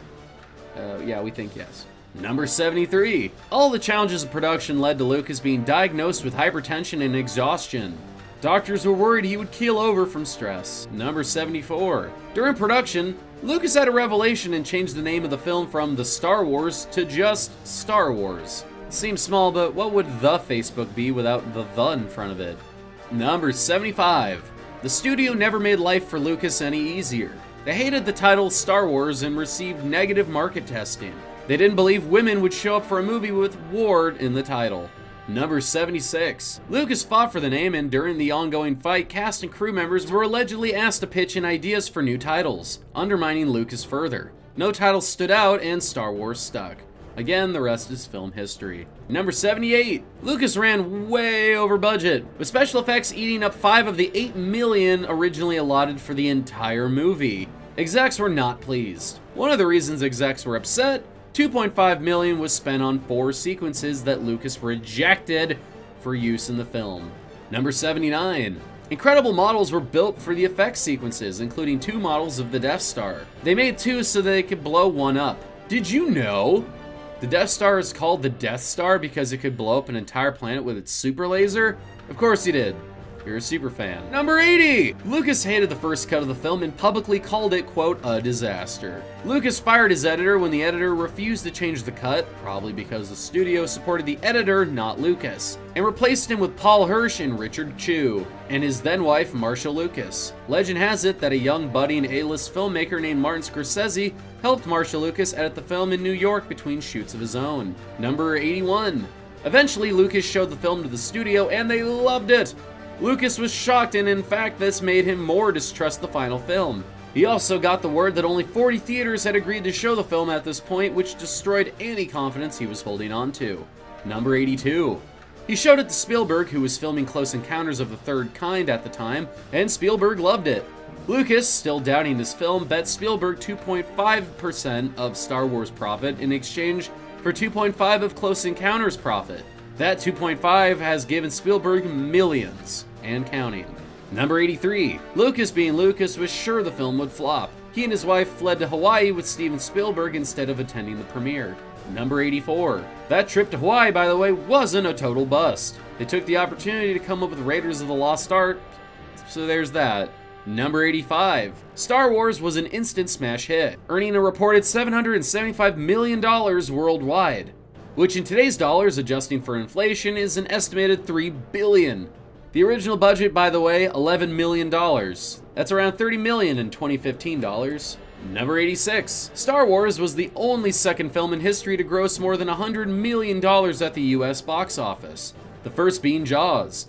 Spielberg and Lucas had cemented their legacies as the men behind the summer blockbuster era that has endured for over 40 years. Number 87. The film was so popular, over 60 theaters played it continuously for over a year. Number 88. The film was so financially successful that 20th Century Fox's stock price doubled during the first month of the film's release. Number 89. Adjusted for inflation, it's the second highest grossing film of all time. Number 90. Kenner Toys obtained the merchandising rights to Star Wars without realizing how big of a hit it would be. They weren't prepared to supply the massive demand for the toys, especially around Christmas. This led to the infamous Empty Box campaign, during which kids were essentially given IOUs for the action figures for later. The toys ultimately showed up in March, months later. Number 91. The circus-style movie poster by artist Drew Struzman was inspired by advertisements of the 1940s serials that inspired the movie. George Lucas was a big fan of Struzman's work, that he was brought on for the prequels, re-releases, and Indiana Jones and the Temple of Doom poster. Number 92. Star Wars was famously parodied in the 1987 Mel Brooks comedy Spaceballs. Brooks was allowed to make it under the condition that there would be no action figures. Number 93. Star Wars: A New Hope went on to receive 10 Academy Award nominations, winning 7. It was the first sci-fi film to ever be nominated for Best Picture. It lost to Annie Hall, another masterpiece about as far away in genre, scope, and tone as you can get from Star Wars. Number 94. Lucas also lost Best Director that year to Woody Allen, who didn't even show up to the awards ceremony. Oh, and Lucas also lost Best Original Screenplay to Woody Allen, who, again, wasn't there. Number 95. Star Wars did win Best Sound, Best Editing, Best Visual Effects, Best Costume Design, Best Set Design, and Best Original Score. Number 96. Star Wars also won a Special Achievement Academy Award for the design of the robotic and animal voices and tones he created from scratch. Admittedly, I don't know what that is. We don't do that every year. Number 97. Here are a couple of completely random awesome facts. The sound of Vader crushing Captain Antilles' neck is terrifying. It's actually sound designer Ben Burt crushing walnuts into a microphone. Release him. As you wish. Number 98. Han Solo's iconic line, "I got a bad feeling about this," was so popular that it was used in each subsequent film. The line was so popular that Spielberg and Lucas gave it to Indiana Jones in Kingdom of the Crystal Skull. Number 99. At 121 minutes, A New Hope is the shortest film in the series. Number 100. Do you like Comic-Con? Star Wars early footage and promo material was brought to an early version of San Diego Comic-Con, way back before it was a mega conference it is now that no one can get into because the internet isn't strong enough. And way before other blockbusters realized they could get attention there as well. Number 101. Lucas hired composer John Williams because Spielberg told him to. Always listen to Spielberg. Williams conducted the London Symphony Orchestra to record the Star Wars soundtrack. They did so in 12 days. John Williams 2 years earlier created the iconic Jaws theme music. The man knows how to score a film, alright? Number 102. You didn't think we'd forget about the lightsaber, did you? Remember how Lucas's early drafts were, let's just say, different? Guess what the original lightsabers were called? Laser swords! Yeah, that's badass. You know, it's a little on the nose, but Number 103. In the Star Wars universe, lightsabers can be any color. I will always think of them as green, blue, and red, but I'm a purist. Lightsabers can even be black. It's called, wait for it, the dark saber. Number 104. The original prop lightsabers were constructed from several other sources. A World War II rifle grenade, a jet engine fuel injector valve, pieces of pocket calculators, and other metal parts and bits. Number 105. Last but not least, the iconic lightsaber sound effect. It was discovered almost by accident while sound designer Ben Burtt was tinkering with old movie projectors, old television sets, and weird microphone angles. I wish I could explain it better than that. Burtt was a genius. Number 106. Star Wars: A New Hope was added into the United States National Film Registry in 1989 due to its cultural significance. Number 107. Speaking of genius, Lucas most certainly is. Like many geniuses, he can't stop tinkering. He's re-released Star Wars several times, changing dialogue, effects, soundtracks, and even adding scenes. Fans are split on how they feel about this, though most people definitely probably prefer the original. You want the sequel now, don't you? Yeah, that makes sense. After the immense success of A New Hope, The Empire Strikes Back came and blew everyone's mind again. Once you destroy a Death Star, things don't just magically get better for everyone. There's work to be done, and we here at Cinematica know that too. Our 107 facts about A New Hope did so well that a sequel was all but inevitable. Thus, 107 facts about Star Wars Episode 5, The Empire Strikes Back, was born. Enjoy! Film sequels are notoriously bad, so crushingly terrible, especially when the filmmaker is so suddenly powerful that he can do anything he wants, which George Lucas was, and then some. Yet he defied expectations and managed to avoid the sophomore slump. But that was no easy task, trust us. Think you know the whole story? Think again. I'm Rob at Cinematica, and we're here to give you the inside scoop on how George Lucas created what is widely regarded as the greatest sequel of all time, The Empire Strikes Back. So sit back, grab some snacks, because Cinematica is counting down the 107 facts you should know about Star Wars Episode 5, The Empire Strikes Back, so you can watch smarter. 1. Lucas was always an independent filmmaker at heart. Following the massive, record-breaking success of the first Star Wars, he'd hoped to become independent from Hollywood by financing The Empire Strikes Back himself, and with various loans. 2. Instead of directing, Lucas decided to oversee The Empire Strikes Back as a producer, focusing more on the groundbreaking effects produced by his company, Industrial Light and Magic. 3. Lucas asked his former film professor from the University of Southern California's School of Cinematic Arts, Irvin Kershner, to direct The Empire Strikes Back because of Kershner's focus on characters. 4. Kershner actually turned down Lucas at first, believing the sequel could never be as good as the original. Kershner's agent demanded he take the job, however, and he relented. The decision changed his life. Kershner would go on to direct huge Hollywood films like RoboCop 2 and the James Bond film Never Say Never Again, among others. 5. Lucas's original screenwriter for Empire Strikes Back, Lee Brackett, died just 1 month after finishing her draft. 6. After Brackett's death, Lucas took on the screenwriting duties himself. This draft is also where Lucas first wrote that Darth Vader is Luke's father. 7. With encouragement from Kershner, Lucas hired now legendary screenwriter Lawrence Kasdan to write the production drafts of the screenplay. Kasdan had just finished writing Raiders of the Lost Ark. 8. Even with a new screenwriter attached, Lucas was able to work in, well, steal elements of Flash Gordon just like he did in the original Star Wars. In The Empire Strikes Back, the most obvious homage is Cloud City, which is lifted directly from Cloud City in the film version of Flash Gordon. 9. The Luke-Leia romance was originally going to be much more prominent, with Luke flat out telling her that he loves her in the treatment. So it's likely at that point, Lucas hadn't decided that they were siblings yet. And this isn't Game of Thrones after all. 10. Tons of visuals and story points were also borrowed from the Akira Kurosawa masterpiece, The Hidden Fortress. Things like the beautiful but acerbic princess and her tough rescuer stuck behind enemy lines, helped along by 2 bumbling peasants, for instance. 11. Empire is the first Star Wars movie to have an episode designation, Episode 5, precede its title in the opening crawl. Studio executives would not let Lucas put Episode 4 before A New Hope, as they feared it would confuse the audience. 12. Empire takes place 3 years after A New Hope, which is the same amount of time between the releases of the 2 movies. 13. On a completely different note, some of the most legendary lines in the Star Wars canon were improvised, including this one. I love you. I know. Originally, Han was supposed to say, "I love you too," but Kershner and Harrison Ford hated it, so according to Kershner, he asked Ford to improvise something, and the rest is Star Wars history. 14. Speaking of famous lines, what would you say is the single most quoted line in the history of Star Wars? Easy. "Luke, I am your father." Right? Wrong. The line is actually, No, I am your father. 15. Darth Vader's meditation chamber is called a kabrat. 16. This movie marks the first appearance of the Imperial March, Darth Vader's legendary theme song.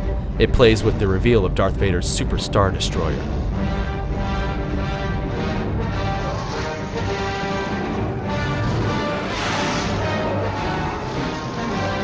17. Director Kershner is widely credited with pushing Lucas in The Empire Strikes Back to focus more on the human elements of the story, like the love story between Han and Leia, and the mentor-mentee relationship between Yoda and Luke. Maybe this is why The Empire Strikes Back has the lowest body count of the entire Star Wars saga. Only 30 kills. 18. Jim Henson, a friend of George Lucas, was offered the role of Yoda.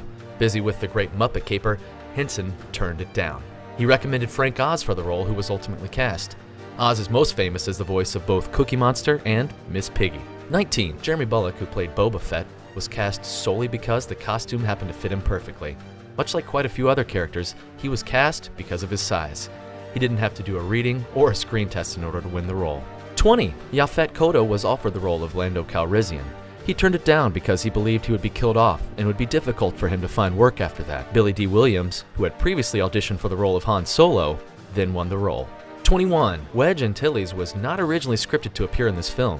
It was out of an intense fan interest that prompted George Lucas to include him. In a weird bit of 6 Degrees, Dennis Lawson, who played Wedge Antilles, is Ewan McGregor's uncle. Ewan McGregor, as you know, plays the young Obi-Wan Kenobi in episodes 1, 2, and 3.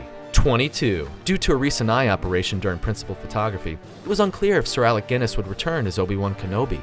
He finally did agree and worked just one day on the film. Arriving on set at 8:30 a.m. and wrapping by 1 p.m., he was paid 1/4 of a percentage point of the film's gross, which ended up being worth millions of dollars. 23. Principal photography lasted over 180 days, the longest shoot of any of the Star Wars movies. It was beset with delays in part because of the Norwegian weather, and in part because the special effects were often filmed in camera. 24. While filming in Norway, they encountered the worst winter storm in 50 years, and on occasion the crew were unable to exit their hotel. The scene where Luke wanders through the snow after escaping the Wampa Cave was shot by sending Mark Hamill outside into the cold, while Kershner and the cameraman filmed from inside the hotel's front hall. 25.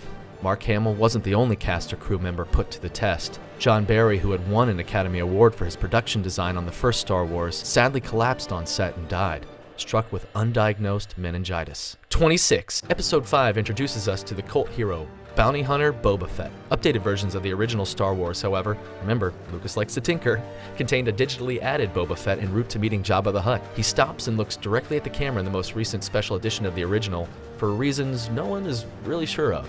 27. Boba Fett was such a small character that his first appearance was in the Star Wars Holiday Special, not in the original Star Wars. In fact, he only has 4 lines in the original trilogy, and we never see his face. Yet somehow he has become a beloved character in the Star Wars canon. 28. Lucas and Star Wars had some famous fans. Stephen King visited the set while The Shining was filming next door. He must have been impressed by director Irving Kershner, who was nicknamed Kirsch, because King would later name a character Mrs. Kirsch, and have her speak in a similar pattern to Yoda. More on that later. One important distinction, Mrs. Kirsch was a witch who terrorized little kids. Kershner, by all accounts, was a nice guy. 29. But maybe Stephen King was taking a jab at Kershner after a fire on the set of Empire destroyed some of the sets for The Shining. Lucas and Kershner actually had to donate some of their allotted space so The Shining could keep filming. 30. Except for the scene in which he was being sucked out of a Cloud City window, Mark Hamill did all of his own stunts. No good deed goes unpunished. 31. Mark Hamill claims he had to bang his head 16 times on the ceiling of Yoda's hut before director Irving Kershner was satisfied. 32. And the snake that Luke pulls from his spaceship was harmless, as in not poisonous, but it did bite him one take. 33. Yoda facts we give you now? Sorry, I had to do that at least once. You already know Yoda was played by legendary voice artist Frank Oz, but you probably didn't know that director Kershner bought so fully into Oz's puppeteering of Yoda that he would often direct the puppet. Oz claims that he often had to remind Kershner to speak to him instead. 34. For his design of Yoda, makeup artist Stuart Freeborn said he used his own face as a model, but modeled Yoda's wrinkles on the wrinkles of Albert Einstein to subconsciously suggest exceptional intelligence. 35. Sets for Dagobah, Yoda's home turf, were built 5 feet above the stage floor, allowing Frank Oz to crawl underneath to hold up the Yoda puppet. This setup, however, presented communication problems for Frank Oz, who played Yoda, as he was underneath the stage and often unable to hear the director and actor Mark Hamill above. 36. Speaking of sets, for all the special effects wizardry Lucas and Industrial Light and Magic employed, many of the backgrounds, for instance the Imperial Docking Bay and the landing pad in Cloud City, were created by a process called matte painting, basically an early form of green screen where the green screen is removed and replaced by, you guessed it, a painting. If you look closely, you can usually pick out the matte painted backgrounds, especially in the remastered digital versions of the film, where the older technique stands out a bit more. 37. If you look closely, you'll notice the chasm deep in the heart of Bespin, below where Luke and Vader have their lightsaber duel, was created using a matte painting. In real life, there are huge safety mats just below Mark Hamill that were covered in post-production by matte paintings. 38. The AT-ATs, or All-Terrain Armored Transports, or Imperial Walkers, or AT-ATs if you believe in pronouncing things incorrectly, were inspired by the machines from H.G. Wells' War of the Worlds and based on the prehistoric creature called a Beluchitherium. They were not, as some rumors say, based on the dock machinery at the Port of Oakland. 39. Is there anything more iconic than having one name? Madonna, Gandhi, Elvis, Shakespeare, and Minch? That's what Lucas originally wanted to call Yoda. Some accounts say he wanted to call the character Minch Yoda. Regardless, 2 lessons here. Rewrites are your friends, and stick with one name if you want to be a legend. 40. Yoda's species is, to this day, unnamed. Let's see, maybe there's a clue in Lucas's original vision for Yoda, which was a blue, gnome-like creature with pointy toes. Nope, no idea. 41. Yoda's iconic manner of speech, of course, adds to the legend. To be specific, Yoda's speech is generally in object, subject, verb order. Very few languages on Earth, outside of the Amazon River Basin, use this sentence structure, opting instead typically for the subject, verb, object structure. 42. Yoda is the Sanskrit word for warrior, which is interesting because Yoda is presented at first as more of a wise old mentor than a battle-hardened fighter. The name and its meaning are a fascinating clue to what we will later see from the calm and composed Yoda. 43. The "there is another" line served a few purposes. Firstly, it was to allude to Luke's long-lost sibling, who ended up being Leia, but was once imagined as another Jedi in training. Secondly, it was to create suspense in the fact that even if Luke died, then someone else could still fight Vader, thus raising the stakes of their encounter. 44. It's never stated how long Luke spent training with Yoda, or how long the Millennium Falcon took to get to Bespin without a hyperdrive, but theorists have placed it somewhere between a week and 3 weeks, which in either case is probably not long enough to really master the Force. 45. George Lucas was so impressed by Frank Oz's performance as Yoda that he spent tens of thousands of dollars on an advertising campaign to try to get him nominated for the Oscar for Best Supporting Actor. Lucas's campaign ultimately failed because it was felt that a puppeteer wasn't an actor. Lucas felt this was unfair to Oz, who actually didn't mind. 46. Speaking of fan favorites, let's go back to Boba Fett. Did you know we've already said his name more times in this 107 than it's mentioned in the actual Star Wars movies? Fett may be a fan favorite, but his name is never said on screen. Not once. He's only referred to as the Bounty Hunter. 47. Jeremy Bulloch, you'll remember he's the actor playing Boba Fett, is seen out of his mask and character as an Imperial officer. He brings Lando, Leia, Chewie, and C-3PO to Vader's shuttle. 48. Lucas did not predict that Fett would be so popular. He later said that if he had known, he would have made the character's death more exciting. Wanting to give the popular character some interesting backstory, Lucas at one point considered depicting Vader and Fett as brothers in the prequel films, but discounted it as too, quote, hokey. 49. Bulloch based his performance on Clint Eastwood's portrayal of the man with no name in A Fistful of Dollars. Similar to the Western icon, Bulloch cradled the gun prop, made the character seem always ready to shoot, slightly tilted his head, and modeled how he stands on Eastwood's movie posters. 50. Fun Easter egg. Sound editor Ben Burt helped Boba Fett with his homage to Clint Eastwood's westerns. He added the sound of jangling spurs to Fett's appearance in Cloud City. 51. Burt, you may remember from last week's 107, came up with the amazing sound effects for the original Star Wars, utilizing everything from old radio tubes to camels whining. In Empire, the Tauntaun's voices came from an Asian sea otter, pitched down. 52. Burt also borrowed noises from elephants. The whooshing sound made by TIE fighters is actually an elongated sound of an elephant wailing. 53. Like on any massive production, mistakes are inevitable. During the evacuation of Cloud City, you can see an extra running with what appears to be an ice cream maker. The extra has since been given an elaborate backstory, and the supposed ice cream maker is meant to be a database of contacts within the rebellion. 54. If Han and Leia look really happy upon entering Cloud City, it's because they're a little bit drunk. They spent the previous night partying with the Rolling Stones after Eric Idle invited them over to the house Fisher was staying at. They knew there was an early call the next day, but decided to get what they wanted anyway. 55. Originally in the asteroid scene, one of the asteroids was actually a shoe. Rumor has it that George Lucas asked the special effects team to redo the scene so many times that they got annoyed and one of them threw in their shoe. 56. According to legend, another one of the asteroids is actually a potato. 57. Mark Hamill's face was scarred in the motor accident that occurred between the filming of A New Hope and The Empire Strikes Back. Despite reports stating otherwise, the scene in which Luke gets knocked out by the Wampa was not added specifically to explain this change in Hamill's face. Lucas admitted that the scene helped the situation, though he felt that Luke's time fighting in the rebellion was sufficient explanation. 58. When asked if he would have recasted Hamill had he died in the car accident, Lucas said that he would have brought in a long-lost sibling who would have also had the Force to take his place. 59. Des Webb, who played the Wampa, was 7'4" and had to walk on 2.5-foot stilts in the snow. This caused him to frequently fall over during tapings.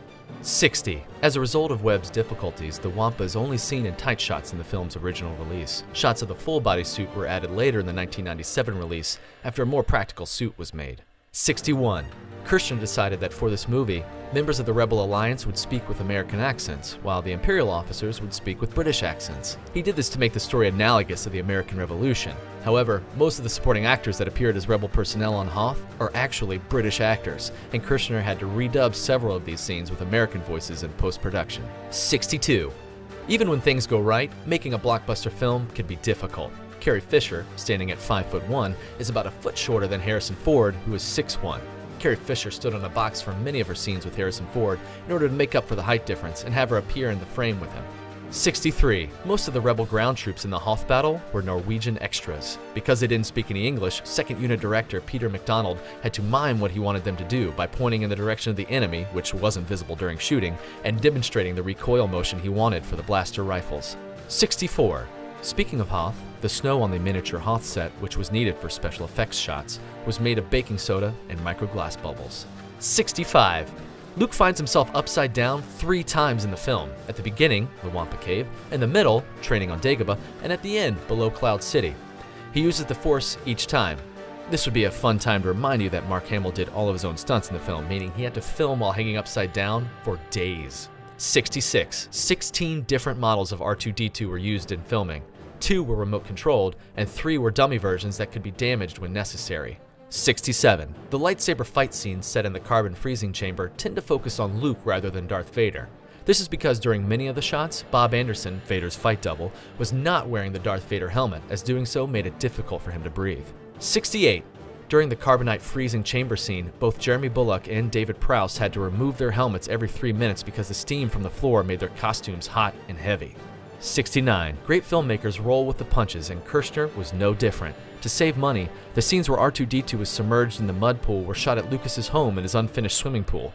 Most of the crew were hidden under the water, while Lucas shot almost the entire sequence himself. 70. Mark Hamill's wife gave birth to their first son early one morning during production, forcing Mark to go straight from the hospital to shooting. This was the day they filmed the shots of Luke hanging by the weather vane below Cloud City on Bespin. 71. Having Han Solo frozen in carbonite was, at least in part, due to the fact that they were not sure that Harrison Ford would return for a 3rd film, having refused to sign a 3-picture deal. Ford even requested George Lucas to kill off Solo, claiming the character had already played its part.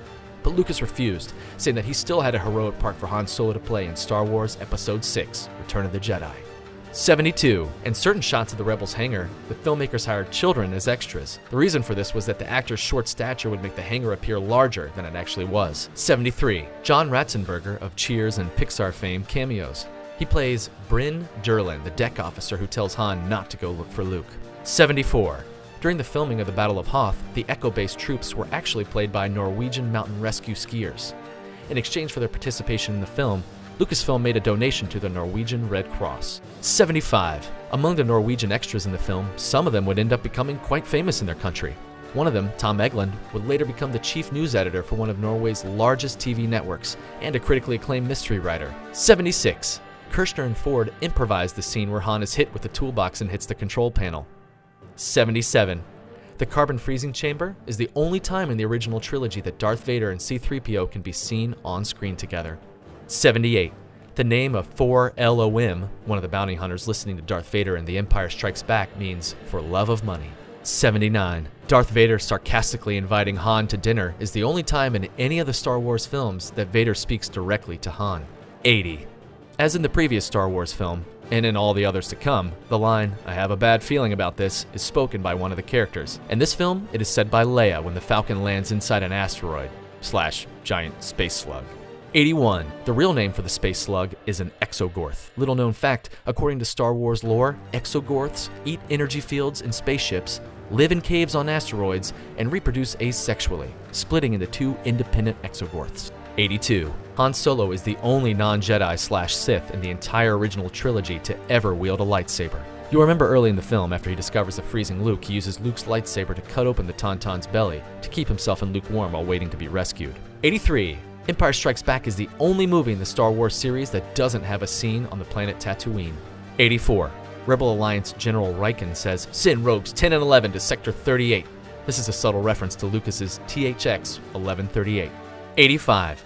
The voiceover line, "The first transport is away," during the Rebel evacuation is actually delivered by Mark Hamill, disguising his voice. 86. Remember how a lot of George Lucas's early ideas fall somewhere between boring to terrible, but his rewrites usually save the day?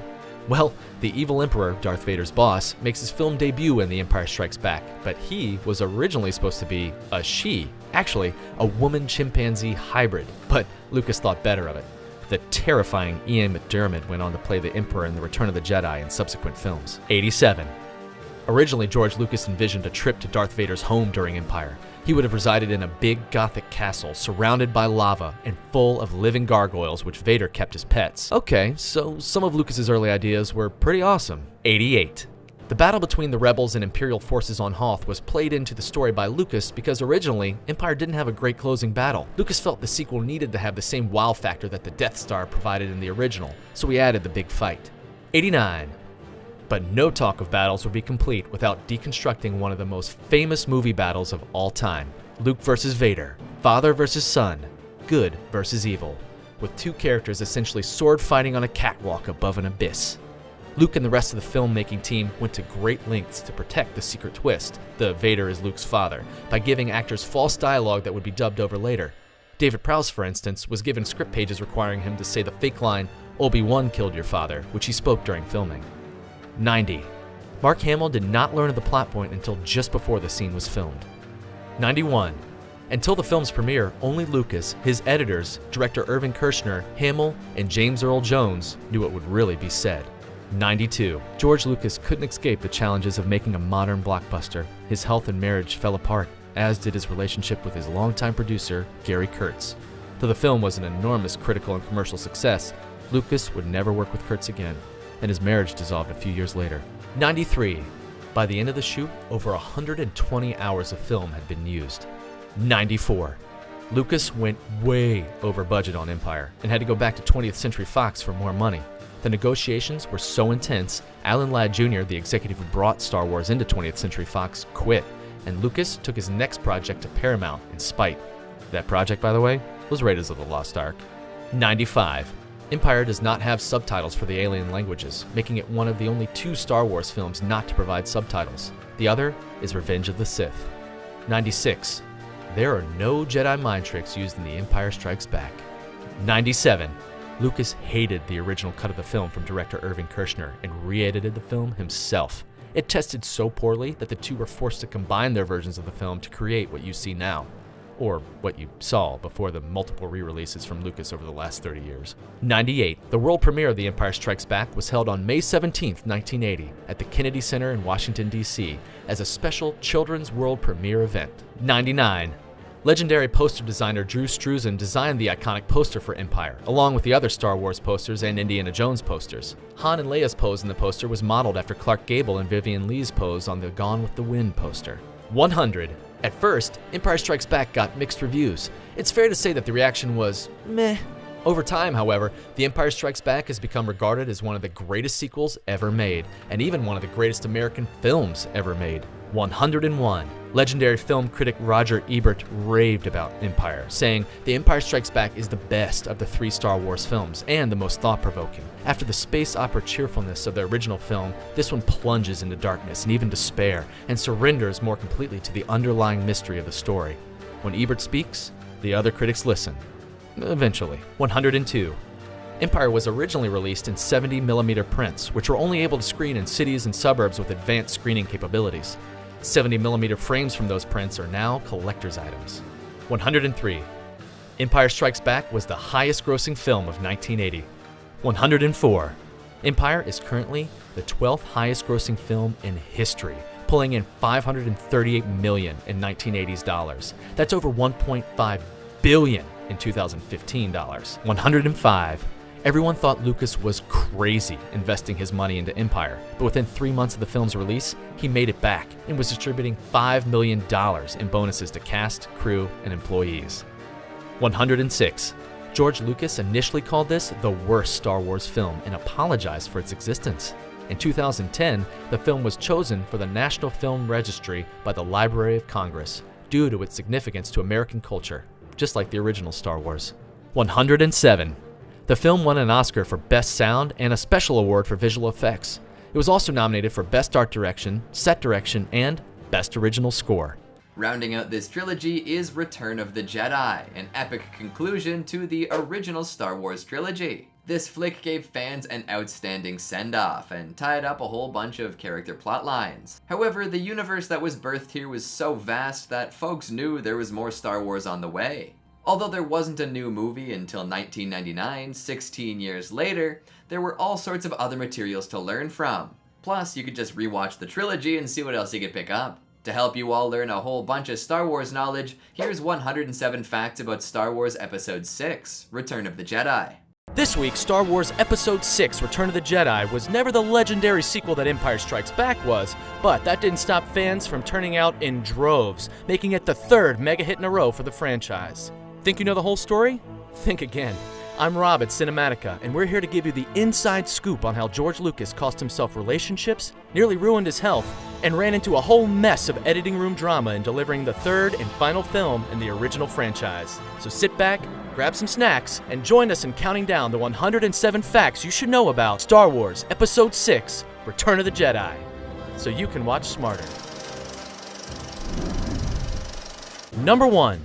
Securing a director for the film was no easy task. Steven Spielberg, a lifelong best friend of Lucas, was Lucas's first choice to direct. Unfortunately, Spielberg was forced to decline because he is a member of the Directors Guild. Lucas had to drop his guild membership over disagreements about The Empire Strikes Back. Number 2. The climactic battle in outer space set a record, featuring more optical effects in one scene than had ever been previously committed to film. Number 3. David Cronenberg, known for directing horror and science fiction, was also offered the chance to direct the film. He declined the offer in order to make the films Videodrome and The Dead Zone. Number 4. Alas, it was confirmed that Richard Marquand would direct the film. And choosing to hire Marquand to carry the legendary series, Lucas described Marquand as having made some great suspense films and was really good with actors. Number 5. To date, Marquand is the only Star Wars director from outside the United States, until Gareth Edwards' 2016 release, Rogue One, A Star Wars Story. Number 6. The screenplay was written by Lawrence Kasdan and George Lucas, with uncredited contributions by David Peoples. It was based on the story by Lucas. Number 7. The film was originally titled Revenge of the Jedi. Kasdan claims he told Lucas that it was a weak title, and Lucas later decided to name the film Return of the Jedi. The title Revenge of the Jedi was purposefully leaked early in production so that pirated merchandise could be easily spotted when the film was released. Number 8. Episode 6 was actually released on the same day as Episode 4, exactly 6 years apart. Number 9. The original teaser trailer for the film carried the name Revenge of the Jedi. By the time Lucas had decided that Revenge was not appropriate and returned to his original title, thousands of Revenge teaser posters had been printed and distributed. Lucasfilm stopped the shipping of the posters and sold the remaining stock of 6,800 posters to Star Wars fan club members for $9.50. Number 10. The screenplay itself was not finished until rather late in pre-production, well after a production schedule and budget had already been created. This is very unusual for a film and surely did nothing to help Lucas's stress. Number 11. Gary Kurtz, who produced Star Wars and The Empire Strikes Back, was replaced as producer for Return of the Jedi. Lucas fired his friend as Kurtz disagreed with Lucas's assertion that audiences didn't care for the story, but for the spectacle. Others have said that Kurtz quit on his own. Either way, Lucas's professional relationships were often far from drama-free. Number 12. As with the previous film, Lucas took the commonly known producer's risk of personally financing the film. By this go-around, I think it was safe to say that Lucas was pretty confident he would not regret his choice. Number 13. Return of the Jedi is set 1 year after The Empire Strikes Back. This was quite a bit closer than the time gap between the two previous films, which was 3 years. Number 14. And on to the good stuff. Casting. Ian McDiarmid almost didn't get to play the Emperor. Casting was deciding between McDiarmid, who was young and therefore could handle romping around and all that makeup for hours, and Alan Webb, who was authentically elderly. They actually chose Alan Webb, but Webb became ill soon afterwards, so McDiarmid got the part. Fortunately, McDiarmid was young enough to be able to play the role again in the prequels. Number 15. Ian McDiarmid was a trained, prolific stage actor. He utilizes these skills to do a bit more character work than newcomer actors were capable of. McDiarmid based his character's unusual voice on the Japanese method of using your stomach to project yourself. This resulted in a strange, guttural croak that Lucas decided was perfect for the character of Palpatine. So be it, Jedi. Number 16. Another almost no-go, Kenny Baker was originally cast as Wicket. Tough luck, as he was replaced by 11-year-old Warwick Davis after falling ill with food poisoning on the morning of the shoot. Davis, like some other cast members, had no previous acting experience and was cast only after his grandmother had discovered an open call for dwarves for the new Star Wars film. Number 17. There was an issue during pre-production on whether Harrison Ford would return for the final film. Unlike the other stars of the first film, Ford had not been contracted to do 2 sequels, and Raiders of the Lost Ark had made him an even bigger star in the meantime. Ford suggested that Han Solo be killed through self-sacrifice. Lucas was vehemently against it and rejected the concept.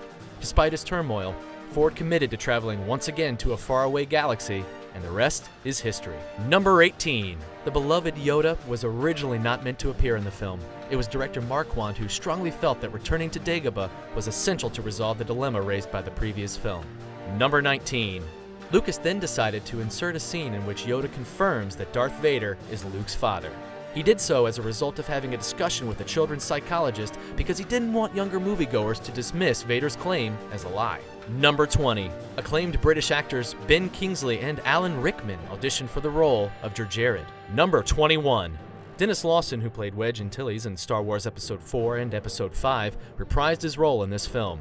However, many rumors had circulated that this was not him in the third film. This false information was spread because his name was misspelt in the credits of Star Wars Episode 4. Number 22. Alec Guinness was hesitant to return for a third movie because he didn't like the idea of simply performing expository dialogue on green screen. Number 23. Robert Watts, a co-producer of the film, made an appearance as the Scout Walker driver who was thrown out of the Scout Walker by Chewbacca. This role was written for General Veers, who was played by Julian Glover in Star Wars Episode 5. Since he looks nothing like Glover, however, Watts is credited as Lieutenant Watts. Number 24. The movie we know and love today doesn't exactly match the entire plot found in all the drafts leading up to the film's final script.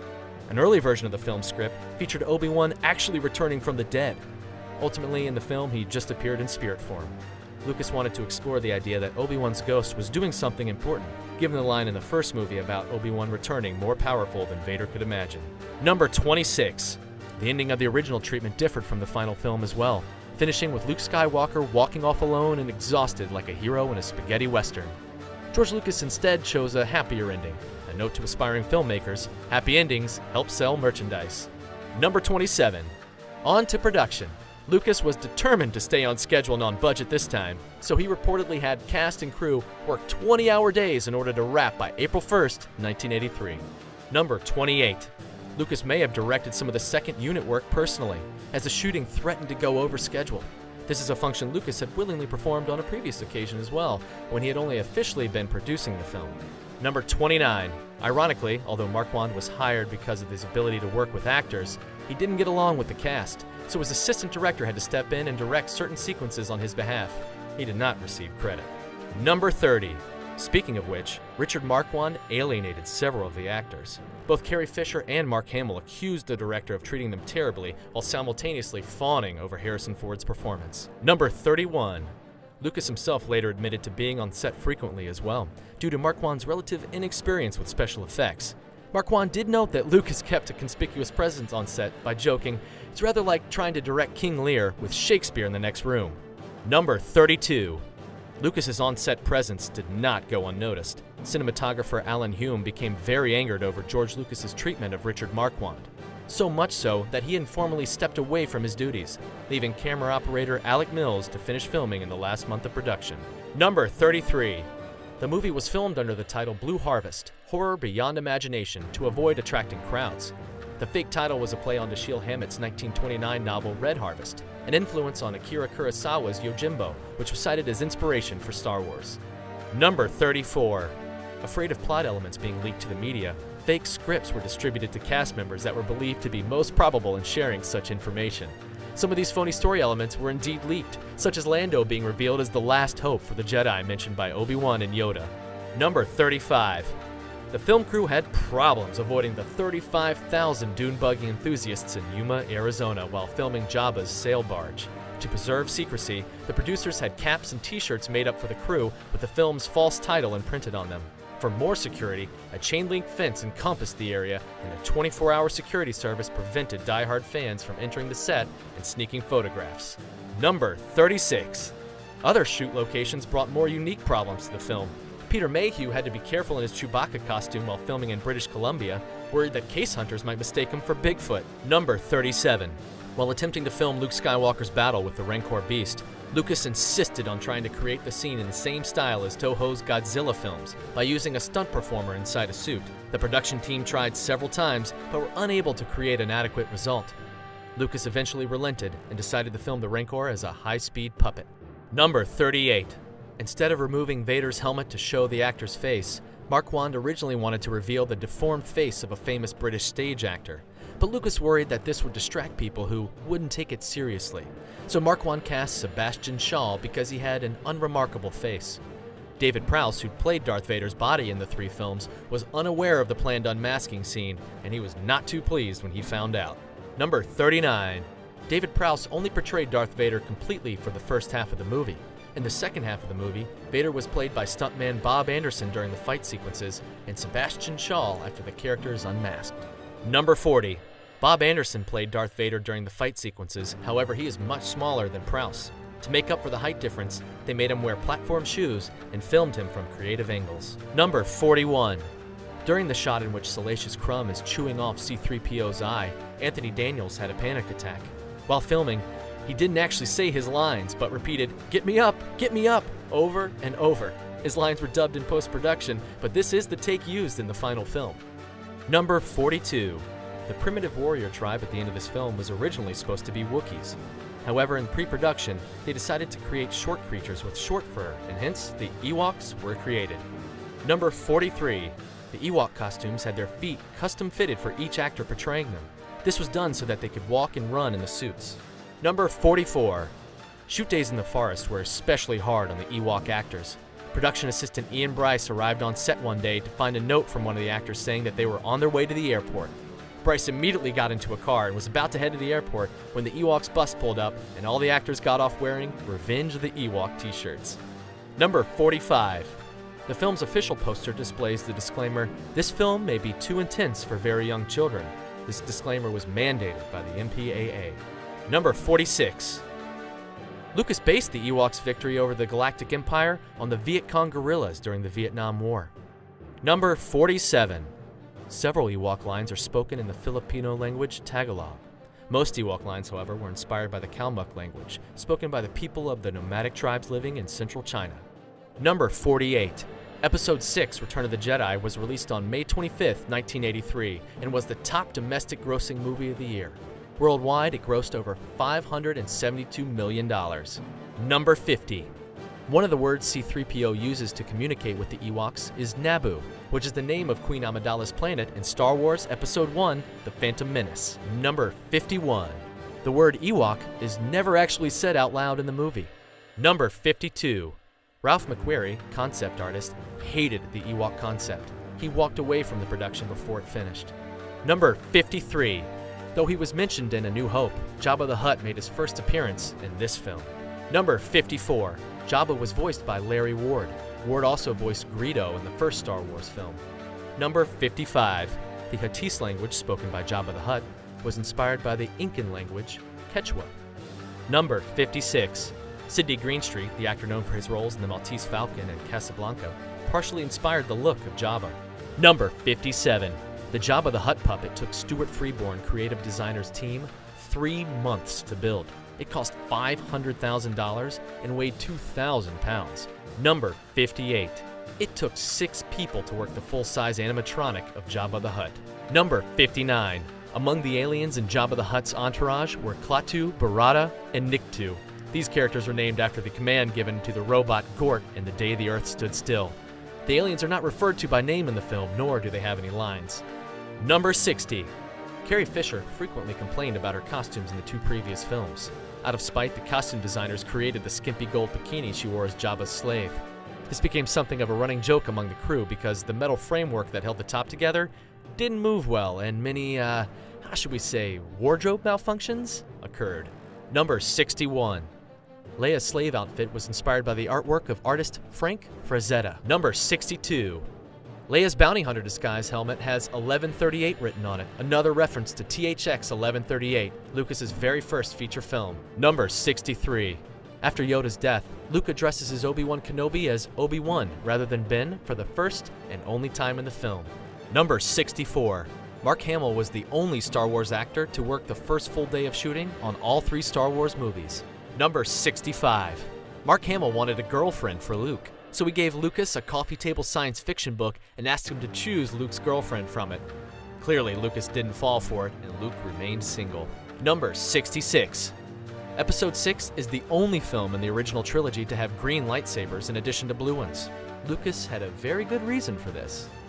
Number 67. Luke's lightsaber was originally going to be blue, just like it had been in the previous film. However, Lucas was worried it would confuse audiences, so he changed it to green to make it clearer that this was a different lightsaber. Number 68. At first, Emperor Palpatine was named after a character in Taxi Driver, Palatine, but his name was changed to avoid potential legal issues. Number 69. Endor is the name of a place in the Bible. It's also the Elvish name for Middle-earth in Tolkien's Lord of the Rings. Number 70. Leia strangling Jabba was an homage to the death of Luca Brasi in The Godfather. Prior to his work on Star Wars, George Lucas worked as an assistant editor on The Godfather. Number 71. The post-production process offered its own drama in the form of what J.W. Rinsler, an author and editor for Lucas Licensing's book division, deemed Black Friday. This was the day Lucas threw out hundreds of completed VFX shots and forced the Industrial Light and Magic crew to go back to the drawing board on key sequences. J.W. Rinsler talks about it as a real low point in the post-production cycle. Number 72.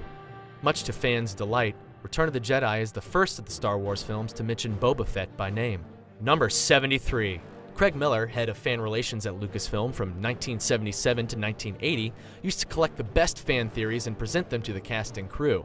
One of the most interesting theories suggested that Boba Fett was actually Luke Skywalker's mother, which wasn't officially quashed until 2002 when we learned that Boba Fett is a male clone. Number 74. The Death Star was originally supposed to have its first appearance in Episode 6. Lucas changed this after having been forced to introduce it earlier due to budget cuts imposed by the studio. Number 75. The dual stripes painted on Rebel A-Wing fighters were originally blue.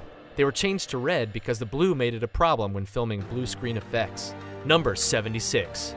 Originally, the scene where Luke takes off Darth Vader's helmet was going to involve Luke putting on his father's mask and deeming himself the new Darth Vader. Many fans loved the idea, but George Lucas hated it since he thought of Star Wars as a film series meant for children. Number 77. The line, "I have a bad feeling about this," is used in all Star Wars films. In this film, it is said by C-3PO and Han Solo. Number 78. Episode 6 was the first film to mention the TIE Fighter by name. This occurs when Lando issues the order to split up and get some of those TIE Fighters to follow. The TIE in TIE Fighter stands for Twin Ion Engine. Number 79. Return of the Jedi was the first film to use the THX sound system standard in theaters.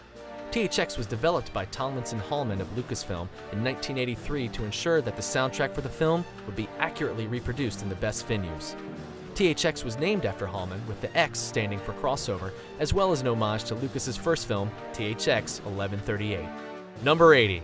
This was the first time Anakin Skywalker's name is mentioned in the trilogy. His name comes from a friend of George Lucas, British film director Ken Anakin. Number 81. This is the only Star Wars movie where Darth Vader doesn't force choke someone. Guess good old Darth was able to get his anger issues under control. Somewhat. Number 82. At one point during the battle on Endor, Leia turns towards a scout walker and shoots a man. This man is rumored to be the film's director, Richard Marquand. Number 83. In the familiar theatrical poster advertising the film, forearms assumed to belong to Luke Skywalker are shown raising a lightsaber. However, the unidentified arms pictured are not those of actor Mark Hamill. They actually belong to George Lucas. Number 84. Nia Nunn, Lando's co-pilot, speaks a Kenyan dialect called Haya. These lines were delivered by Kipsang Rodich, a Kenyan student living in the US. Audiences in Kenya were reportedly very thrilled to hear their language spoken in proper context. Number 85. Anthony Daniels, who played C-3PO, broke his own record in this film. Unlike the last two films where it took him 2 hours to put on his C-3PO outfit, in this film, he managed to get the time down to less than 10 minutes to be costume ready. Number 86. When Luke is hiding in the shadows from Darth Vader, one half of his face is shadowed. This is done to represent the decision Luke has to make. One side is light, and on the other, dark. Number 87. A Wilhelm scream was used for the part when Weequay falls into the Sarlacc pit during the sail barge assault. Number 88. The Sarlacc had an animatronic tentacle, which the crew had built for $50,000.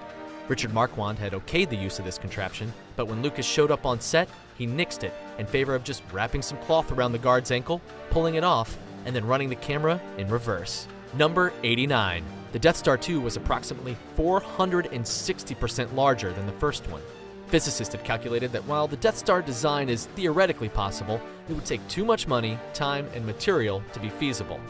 Students of Lehigh University said it would cost $852 quadrillion, or roughly 13,000 times the world's GDP. Number 90. The iconic shot of Han Solo breaking out of the carbonite block was an interesting challenge for the movie's special effects team. The crew made a wax figure of Harrison Ford and shone a bright light behind it as part of the epic transformation. Number 91. Unlike the other Star Wars installments, Star Wars Episode 6 Return of the Jedi was shot and completed in less than 1 year. Number 92. The Emperor's chair was mechanized so that it could rotate when the scene called for it. However, the mechanism never worked properly, so Ian McDiarmid had to make it move by shuffling his feet. A piece of tape on the floor told him when to stop this so that it would not be visible to the camera. Number 93. The special effects crew claimed to have included a sneaker as one of the spaceships in a complex dogfight scene. If you've ever watched our other 107s, you'll know that this wasn't the first time. Number 94. Whilst clambering over Jabba the Hutt, one of the high heels that Carrie Fisher was wearing accidentally punctured the latex casing, injuring Mike Edmonds, who was operating the tail inside. Number 95. If you pay close attention to Billy D. Williams' hands during the Sarlacc fight, you'll notice something strange. During the shoot, his stunt double was wearing black gloves, but Williams was not. Number 96. Admiral Akbar's famous line, "It's a trap," was originally scripted as, "It's a trick." Due to a negative test screening, the line was changed in post-production. Number 97. When Ula, the dancing girl, is trying to get away from Jabba, her top briefly falls off. This is not as visible in the letterbox version, but is quite visible in the regular version. Number 98. Caroline Blackistan, who played Mon Mothma, had to re-record her dialogue after it was discovered that her microphone had picked up the sound of pigeons roosting in the ceiling. Number 99. Production was halted during severe sandstorms and the cast and crew were stuck in their trailers.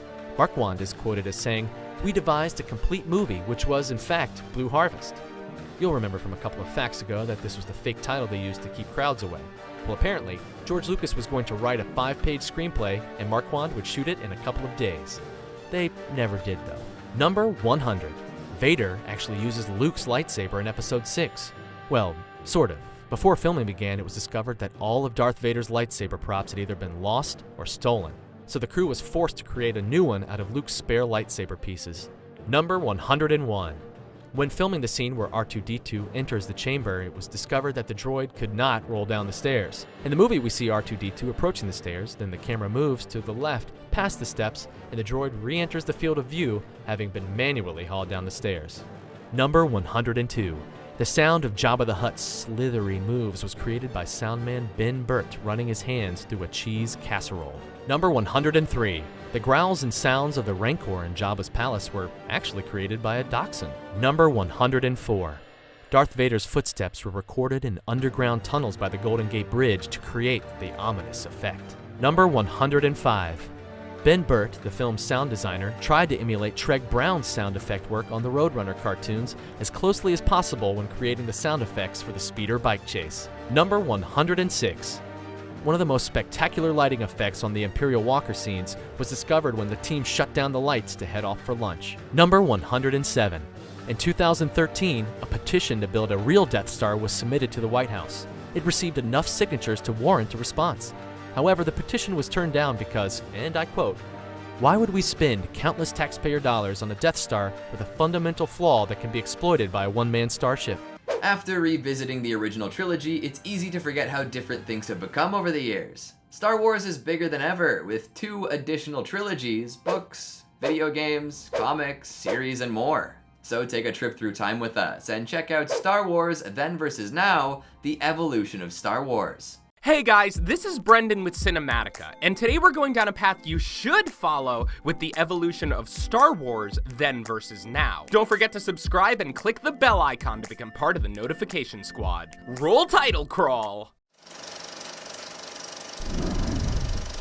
I know Star Wars fans are used to starting fourth things first, but let's just say first things first here. Star Wars the movie has literally changed from then to now. Not in that The Last Jedi ruined my childhood kind of way, but in George Lucas's re-releasing of the original trilogy kind of way. Alterations like Darth Vader's forehead Brazilian, the ghosts of Christensen Pass, and Jabba's private palace performers were never a part of the original films. Star Wars was on the cutting edge of visual effects back in the day. George Lucas wanted it to stay that way and kept going back to his classics and just force-feeding them more stuff that no one really wanted. This exact ambition led him and the prequel trilogy to the dark side. Fans and even some of the actors like Anthony Daniels have criticized the sleek but soulless feeling that unnecessary 3D gave the prequels. Fortunately, the movies found their way back to the light with the recent installments beginning with The Force Awakens. J.J. Abrams resurrected the use of puppetry and animatronics. He realized the heart of Star Wars isn't just innovation, but nostalgia. While the recent Disney films have had their fair share of weird CGI uncanny valley folk like Maz Kanata and Snoke, the return to practical form has been one of the stronger suits of the new movies. Of course, they also have a natural edge in the aesthetic department because when Star Wars was in production, George Lucas had only recently had his big directorial break with American Graffiti, and was still far from the figure that he is today. His ideas were not yet a Disney-licensed phenomenon. Besides the lack of name recognition, Star Wars as very genre was an undesirable market. Sci-fi movies weren't exactly the highest-grossing movies of all time as they are now. In fact, no studio even wanted to take the risk on the Star Wars. Film studios were still reeling from the box office bust of 2001: A Space Odyssey. When Star Wars was finally funded, it was only given an $11 million budget. Now that's higher than the movie average of $5 million, but still way below the credit given to other titles like The Exorcist II or Close Encounters of the Third Kind. With inflation, it's only $40 million even by today's standards. That's just over 1/7 of The Force Awakens' final budget. Considering that each movie from the franchise has been the top grossing movie of each year since the cinematic relaunch in 2015, it goes without saying that Star Wars ain't no indie film anymore. Speaking of budgets, have you ever wondered how exactly the Empire generated enough galactic credits to fund an entire Death Star? If you thought it was like taxation and trade embargoes and space politics, then shame on you. You go and you throw out that Phantom Menace VHS tape right now, put it in the garbage, don't look back. You won't miss Liam Neeson, I swear. No, obviously it's merchandising rights. Worked for the entire movie franchise, right? Besides pulling in those box office bills, Star Wars product licensing has made a huge impact on its growth. There are chopsticks, there are Crocs, there's this extremely distressed C-3PO tape dispenser. Hell, you can buy your own Star Wars Lego Death Star and build it. No space politics needed. Nowadays, you won't even need Bothan spies to tell you how to put it together. Nowadays, Star Wars toys are 3D scanned from the actors and micro microchipped, probably using a more advanced technology than they used to make the entire first movie. Sphero now produces an app-controlled R2-D2, complete with sound effects, emotive waddles, hologram simulations, and a retractable third leg. The very first R2-D2 toy had none of that. It was equipped with all the latest innovations in sticker and head-clicking technology. They didn't even include R2's tripod leg. It's like making a C-3PO toy without his iconic tape dispenser crotch. We've come a long way since those Kenner figures. Luke Skywalker himself even called out the old model for being a, quote, generic lemon-haired Ken doll. And you can see in his tweet just how close a likeness toy sculptors can reach these days. With any luck in the future, we'll finally get the app-controlled C-3PO crotch tape dispensers that we've been waiting for.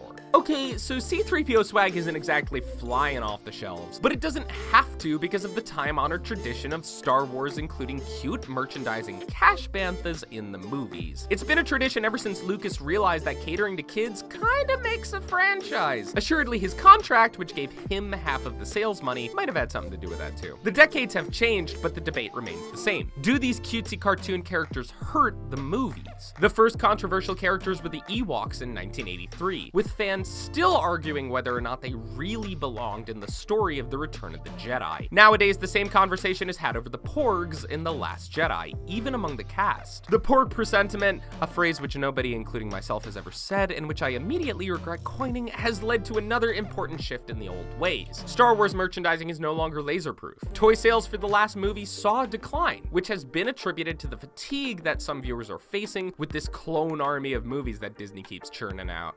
To grudgingly quote the prequels, you can't stop change any more than you can stop the sun from setting. And unless Rian Johnson makes up some new force powers again, no one on either side of the force can stop the setting sun. When Star Wars began, it was the brainchild of a single filmmaker with a vision. George Lucas was the Senate, the single driving force, spearheading the project from its humble farmland origins. Despite his intention of passing the baton along movie to movie, he never could bring himself to take both hands off the steering wheel completely. That led to him taking back more and more control during episode 5 and 6. Flash forward to the prequels and we see how well all that unlimited power worked out for him. Nowadays, Star Wars has taken a different approach, and it actually is a lot more like a Senate. They introduced the story group to keep track of all the galactic goings-on and make decisions by committee, almost like the Jedi High Council. Directors like Rian Johnson are free to come up with whatever they want for their projects. As long as the facts check out with the story group, they can basically do whatever. In fact, with all the upcoming movies, so many directors have the opportunity to try their hand at an installment that you really gotta wonder if they're losing the original vision. Wait, is this just Star Wars playing out in real life? Disney, your meta game is crazy. Since its acquisition of the brand, Disney has made a few moves that left fans with a bad taste in their mouths. The worst offense, though, was deconstructing the entire Star Wars expanded universe that authors, artists, and game designers had spent decades building out. Beloved lore like the Knights of the Old Republic, the Thrawn novels, and the hundreds of stories about every last minuscule side character were rendered entirely null and void. Some fans lost the universe that they fell in love with, and have watched it be replaced by something completely different. Take Luke Skywalker, for instance. Is it any wonder that his grizzled atheistic depiction in The Last Jedi was disappointing when you consider his alternate fate in the Legends? In the original EU novels, Luke married Mara Jade, had a son named Ben, and reformed the Jedi Council. Great, right? But with the Disney revisions, he reformed the Jedi Council, caused it to be destroyed by a pupil named Ben, and didn't even get married. The Last Jedi novelization rubs Creation salt in the wound because Luke has dreams that he has a real family, but it's just the Force and Kathleen Kennedy mocking us with what could have been. As Obi-Wan said, though, many of the truths we cling to depend greatly on our point of view, and the rebooted point of view isn't all doom and gloom. Newest editions cover Princess Leia's rise as a key figure of the rebellion, the continuing adventures of the very alive Darth Maul, and details a fittingly tragic fate for Jar Jar Binks. Oh, and if you haven't watched Star Wars Rebels, Thrawn is back in that show anyway. For decades, the Star Wars fandom was pop culturally labeled as a boys' club, and a nerdy boys' club at that. It's not a completely untrue generalization. The cast and crews of the movies were a boys' club, with Mon Mothma, Aunt Beru, and Princess Leia as basically the only women to speak of. While statistics do show that most Star Wars fans are still adult men, there has been a noted shift in the Force. The modern sequel trilogy has a cast that is way more diverse than ever before, with the exception of, I guess, Uriel Poof, Acumian on the Jedi High Council.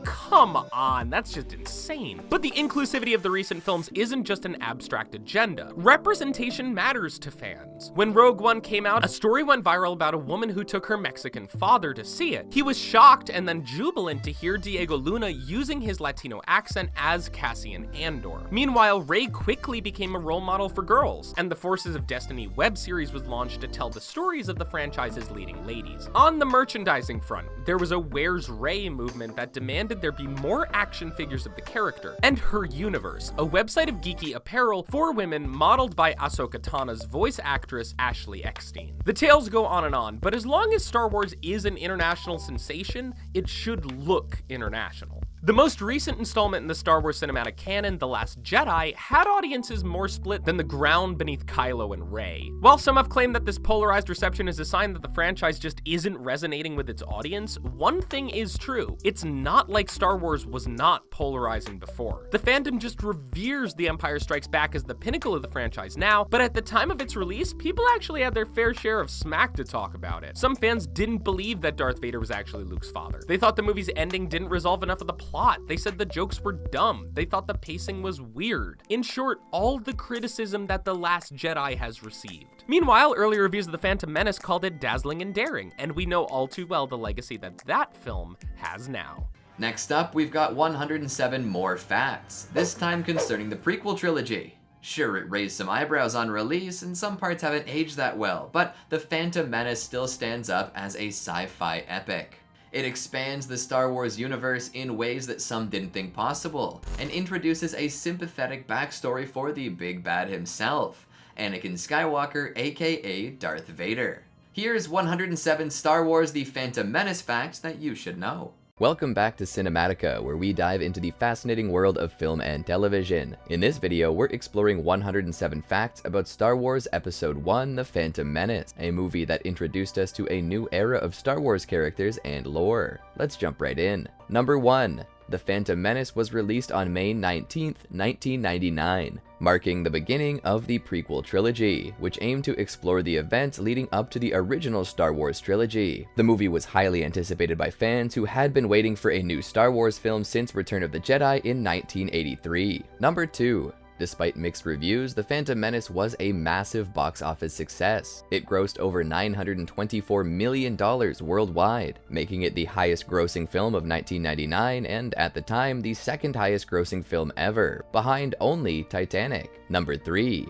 These days, The Phantom Menace sits at number 46 all time, with all 3 of the sequel Star Wars entries beating it out. Number 4. George Lucas, the creator of the Star Wars franchise, returned to the director's chair for The Phantom Menace after a 22-year hiatus. He had previously directed the original Star Wars film, A New Hope, in 1977. With The Empire Strikes Back being directed by Irvin Kershner, and The Return of the Jedi being directed by Richard Marquand. Number 5. The title, The Phantom Menace, has multiple meanings. While Darth Maul is a Phantom Menace, so are Anakin Skywalker and Padme. However, the true Phantom Menace of the film is Sheev Palpatine, also known as Darth Sidious. The entire plot is a conspiracy by Palpatine to ascend to power, making him the hidden threat throughout the movie. Number 6. Liam Neeson was cast as Jedi Master Qui-Gon Jinn, the mentor of a young Obi-Wan Kenobi. Neeson was excited to join the Star Wars universe and found the role challenging, as it required him to perform his own stunts and engage in extensive lightsaber training. Number 7. Qui-Gon Jinn represents the old order that begins to collapse and die off in this film. His character embodies the blissfully optimistic era that's seen as shallow to those more familiar with the cynical, broken world of the original trilogy. Number 8. Ewan McGregor was chosen to play a young Obi-Wan Kenobi, taking on the iconic role that was originally portrayed by Sir Alec Guinness. McGregor was a fan of the original trilogy and worked hard to emulate Guinness's performance while adding his own unique spin on the character. Number 9.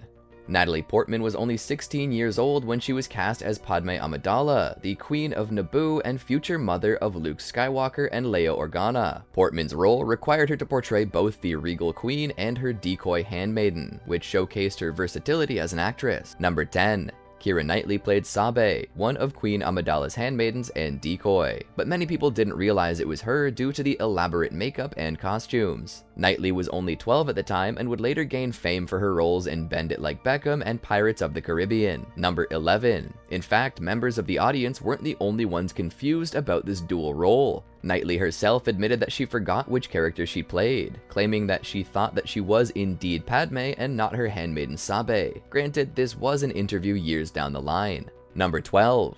On the topic of handmaidens, the Queen's loyal handmaidens not only served as her personal assistants, but also as her bodyguards and decoys. Each handmaiden was trained in self-defense and given a weapon disguised as a decorative accessory, adding an extra layer of intrigue to the royal court. Number 13. A young Sofia Coppola, daughter of the legendary director Francis Ford Coppola, also appeared in The Phantom Menace as one of Queen Amidala's handmaidens. She took on the role as a favor to George Lucas, who was a close friend of her father. Number 14. The film uses voice modulation to make Natalie Portman's voice indistinguishable from Keira Knightley's, adding to the mystery of who is the real queen. Similarly, Senator Palpatine's voice is briefly lowered due to transponder interference, making him sound like his alter ego, Darth Sidious. Number 15. Jake Lloyd was just 10 years old when he was cast as the young Anakin Skywalker, aka the future Darth Vader. Whoops, spoilers. Number 16. Lloyd beat out more than 3,000 other young actors to win the role, which was both his big break and the source of much scrutiny from Star Wars fans. Imagine being a 10-year-old with the hopes of the entire fandom bearing down upon you. Number 17. The climactic lightsaber duel between Qui-Gon Jinn, Obi-Wan Kenobi, and the Sith Lord Darth Maul is accompanied by the iconic Duel of the Fates theme, composed by John Williams. This piece of music has become synonymous with the prequel trilogy and remains iconic. Number 18. John Williams' music identifies Sidious as the same Emperor from the original trilogy through the use of the Emperor theme. Keep an ear out on your next watch and see if you can pick it out. Number 19. Martial artist and stuntman Ray Park was cast as the menacing Darth Maul. Park's martial arts skills and agilities made him the perfect choice for the role, and his striking appearance, complete with red and black facial tattoos, made him an instant fan favorite villain. Number 20. Speaking of Ray Park, he accidentally had a lasting influence on Darth Maul's design. Somehow he'd left his earring in throughout the makeup process and kept it on throughout the film. The continuity team must have picked up on this, as Maul continues to sport an earring in future Star Wars media like Clone Wars and Rebels. Number 21. His appearance was actually designed to reflect Christian art depictions of the devil. At one point, he was designed to have feathers on his head, but they were replaced with his horns. The tattoos on his bodies were inspired by Rorschach-style ink blots. Number 22.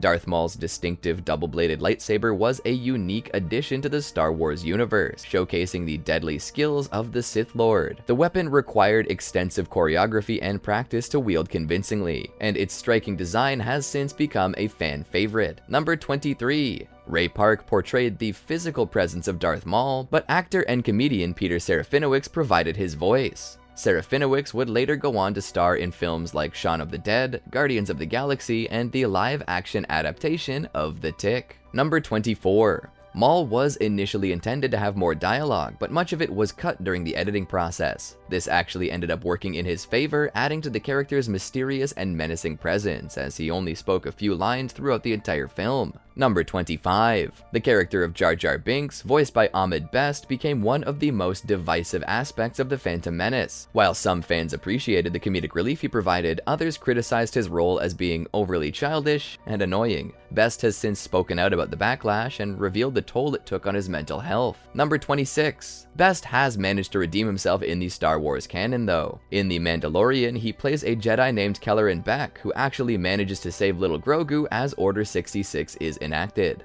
Number 27. The Phantom Menace was filmed in a variety of locations, including Tunisia for the desert planet of Tatooine, Italy for the Royal Palace on Naboo, and Leavesden Film Studios in the UK for various interior scenes. Number 28. The planet Tatooine, which first appeared in A New Hope, was revisited in The Phantom Menace. The original film's desert location of Tunisia was used again to represent the harsh, sun-scorched landscape of the remote Outer Rim world. Number 29. Naboo's Royal Palace, which served as the primary location for scenes set on Naboo, was filmed at the historic Caserta Palace in Italy. This palace's grand architecture and lavish interiors provided the perfect backdrop for the opulent world of Naboo. Number 30. Naboo was even named after a type of flute called the Naboo. This name was chosen to evoke a sense of music and beauty, reflecting the planet's peaceful and artistic nature. Number 31. The Phantom Menace was one of the first major films to extensively use computer-generated imagery, or CGI, which allowed for the creation of detailed and immersive environments. However, it also relied on practical effects such as animatronics and miniatures to maintain the tactile feel of the original trilogy. Number 32. One famous example of this has to be the thrilling pod racing scene, inspired by real-life events such as the Indianapolis 500 and Formula 1 racing. The high-speed, action-packed sequence was a landmark technical achievement, creating a memorable and visually stunning set piece. Number 33. The practical effects team built detailed miniature sets for the race, while the digital effects team created the pod racer vehicles and environments for the high-speed action sequences. Number 34. The pod race in The Phantom Menace was called the Boonta Eve Classic, in honor of the Hutt holiday Boonta Eve. This event is celebrated throughout the Star Wars universe, marking the rise of the Hutt Empire and their control over the Outer Rim. Number 35. Jabba the Hutt even made a brief cameo appearance in The Phantom Menace, presiding over the Boonta Eve Classic. Number 36. The distinctive sound of the pod racers was created by sound designer Ben Burt, who combined various real-world engine noises, such as those from race cars and fighter planes, to create the unique audio signature of the high-speed vehicles. Number 37. The Galactic Senate, the governing body of the Star Wars galaxy, was first introduced in The Phantom Menace. Hard to believe that something so influential wasn't brought to life until this point, but when you consider that The Phantom Menace is a prequel, it makes a little more sense. Number 38. The intricate design of the Senate chamber, featuring hundreds of floating platforms representing different star systems, was another example of the impressive mixed medium approach to special effects. Number 39.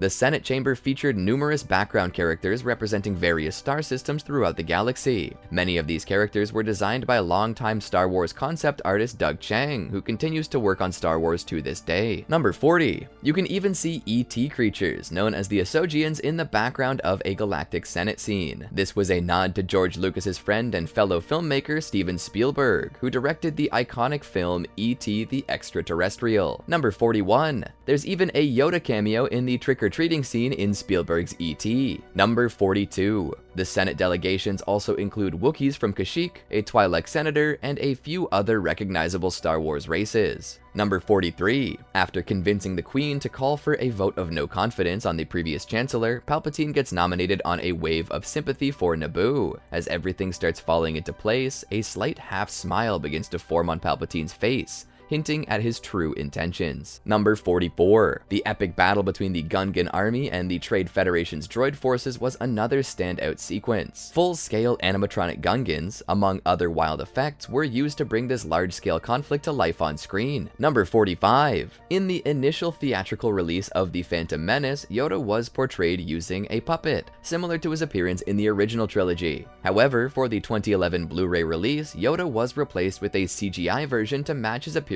in the subsequent prequel films. How do you remember Yoda in The Phantom Menace? Let us know in the comments. Number 46. Episode 1 introduced the prophecy of the Chosen One, a Jedi who would bring balance to the Force. Qui-Gon Jinn believed Anakin Skywalker was the fulfillment of this prophecy, setting the stage for his eventual transformation into Darth Vader and his ultimate redemption. Whoops, spoilers again. It's hard to talk about Anakin or Vader without getting ahead of ourselves. Number 47. Ian McDiarmid reprised his role as Emperor Palpatine from the original trilogy, playing both the sinister Sith Lord Darth Sidious and the seemingly benevolent Senator Palpatine. This dual role allowed McDiarmid to explore the character's manipulative nature and subtle rise to power. It also allowed him to utter the legendary line, "Do it." Although that's not until Revenge of the Sith, so let's get back to The Phantom Menace. Number 48. This movie introduced the concept of midichlorians, microscopic organisms that reside in living cells and allow individuals to connect with the Force. This controversial addition to the Star Wars mythos was met with mixed reactions, as some fans felt it diminished the mystical nature of the Force. Number 49. Watto, the junk dealer who owned Anakin and his mother, was a Toydarian, a species immune to Jedi mind tricks. His design was inspired by characters caricatures of greedy merchants and incorporated elements of various animals including bats, elephants, and birds. Number 50. Watto's voice was performed by Andy Secombe, who gave him a distinctive gravelly accent. Number 51.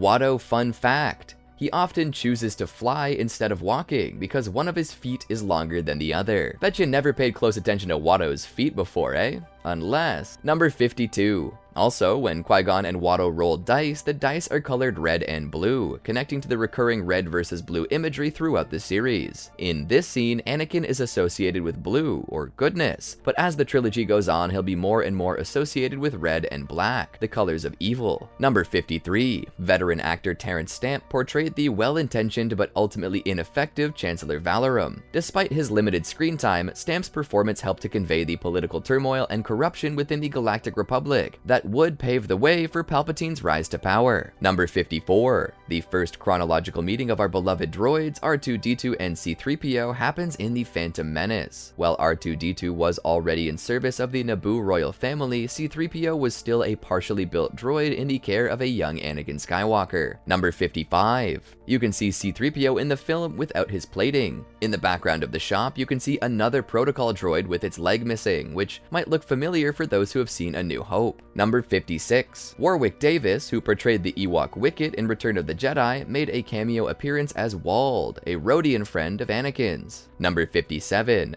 Davis also appears as Weasel, a character in the pod racing crowd. Davis has appeared in various roles throughout the Star Wars universe, most famously as the Ewok Wicket. Number 58. The Gungan Bongo submarine, which transports Qui-Gon Jinn, Obi-Wan Kenobi, and Jar Jar Binks through the planet's core, was inspired by organic sea creatures. The Gungans, although they are naturally strong swimmers, use these submarines to travel the depths of Naboo's waters. Number 59. The Gungans, an amphibious species native to Naboo, were designed to reflect their aquatic environment. Their long, flexible necks, large eyes, and streamlined bodies were inspired by real-life aquatic animals such as frogs, fish, and cephalopods. Number 60. One of the dangerous creatures encountered during the Bongo submarine journey is the OP-Sea Killer, a massive underwater predator with powerful jaws and a purple prehensile tongue. Say that one 5 times fast. OP purple prehensile tongue. OP purple prehensile tongue. OP purple prehensile tongue. Number 61. The Gungan city of Otoh-Gunga, situated underwater on the planet Naboo, was an ambitious visual undertaking. The city's design was inspired by organic shapes and bioluminescent sea creatures, and maybe just a little bit of Atlantis, just for fun. Number 62. Boss Nass, leader of the Gungan people, was voiced by veteran actor Brian Blessed. Blessed's deep, booming voice gave Nass an aura of authority and wisdom, while his unique vocalizations, well, they definitely made Nass feel alien. Number 63.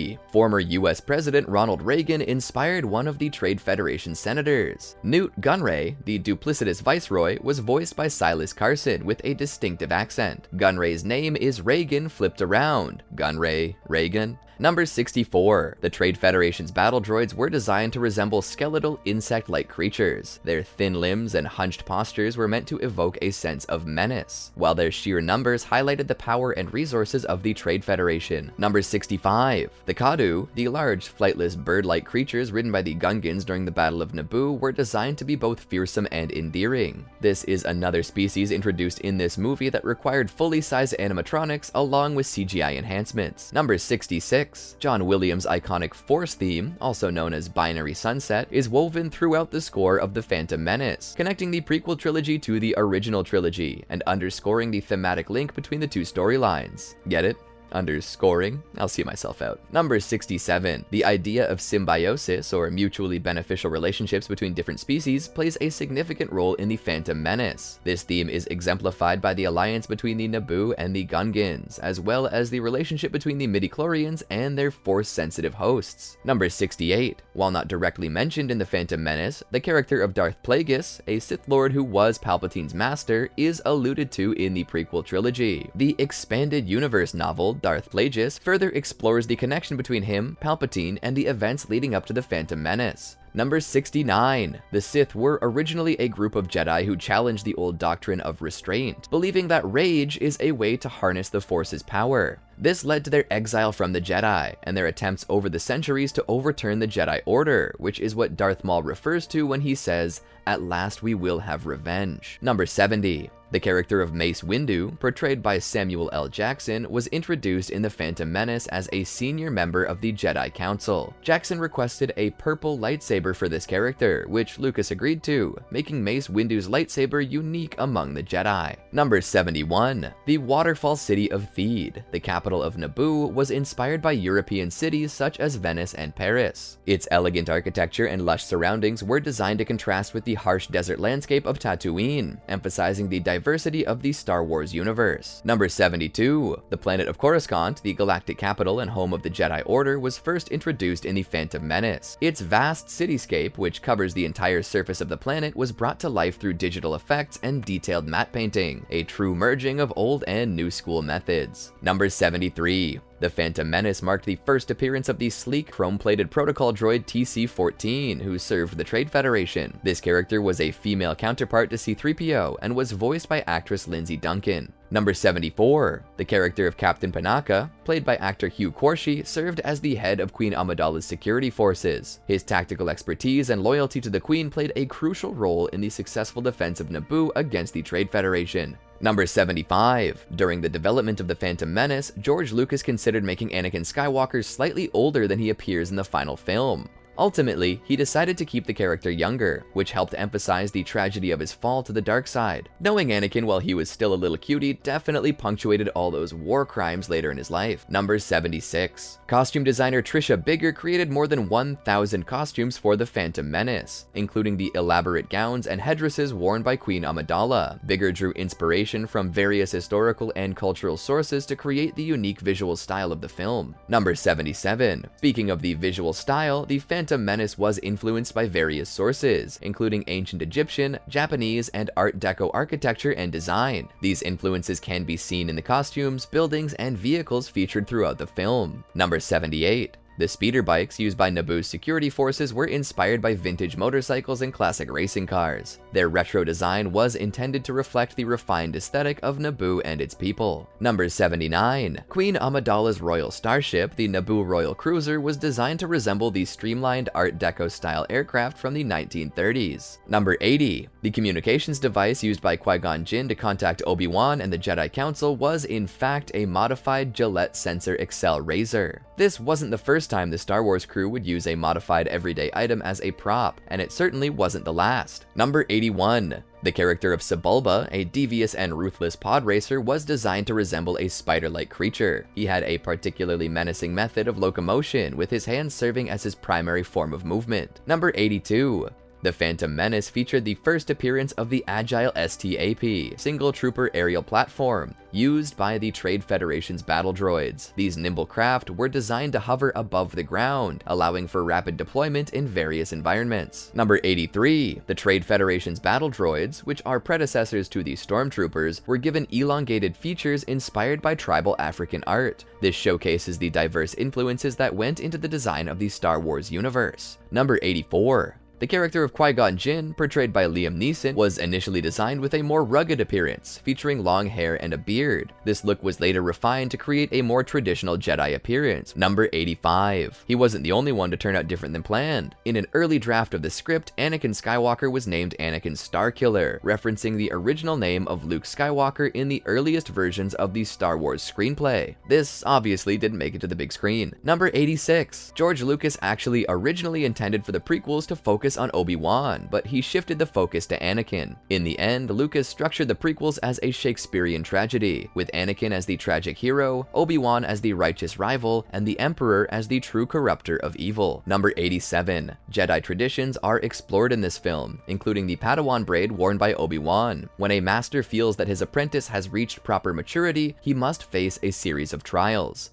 If completed, the master cuts off the braid with his lightsaber, signifying the apprentice's transition to a full Jedi. Number 88. The pod racer sequence was influenced by the famous chariot race in the 1959 film Ben-Hur. Lucas wanted to capture the same sense of speed and excitement in the pod racing scenes, and incorporated elements of classic racing films into the design of the vehicles and racecourse. Number 89. The character of Shmi Skywalker, Anakin's mother, was portrayed by Swedish actress Pernilla August. Her performance provided an emotional grounding grounding for Anakin's story, highlighting the bond between mother and son and the sacrifices she made for his future. Number 90. You might have noticed that the opening crawl of The Phantom Menace was really similar to the OG title crawl. The text, music, and pacing were all carefully crafted to be as close to the originals as possible, evoking a sense of nostalgia and wonder. Number 91. In addition to the main cast, several well-known actors had small roles or cameo appearances in The Phantom Menace, including Dominic West as a Naboo guard, Celia Imrie as a fighter pilot, and Richard Armitage as a Naboo security officer. Number 92. The Phantom Menace featured several new alien species, including the previously discussed Gungans, the snake-like Neimoidians, and the four-armed Gascano. Plenty of unique Star Wars races were shown off during the Boonta Eve Classic, like my personal favorite, Ben Quadraneros, a Tong. Number 93.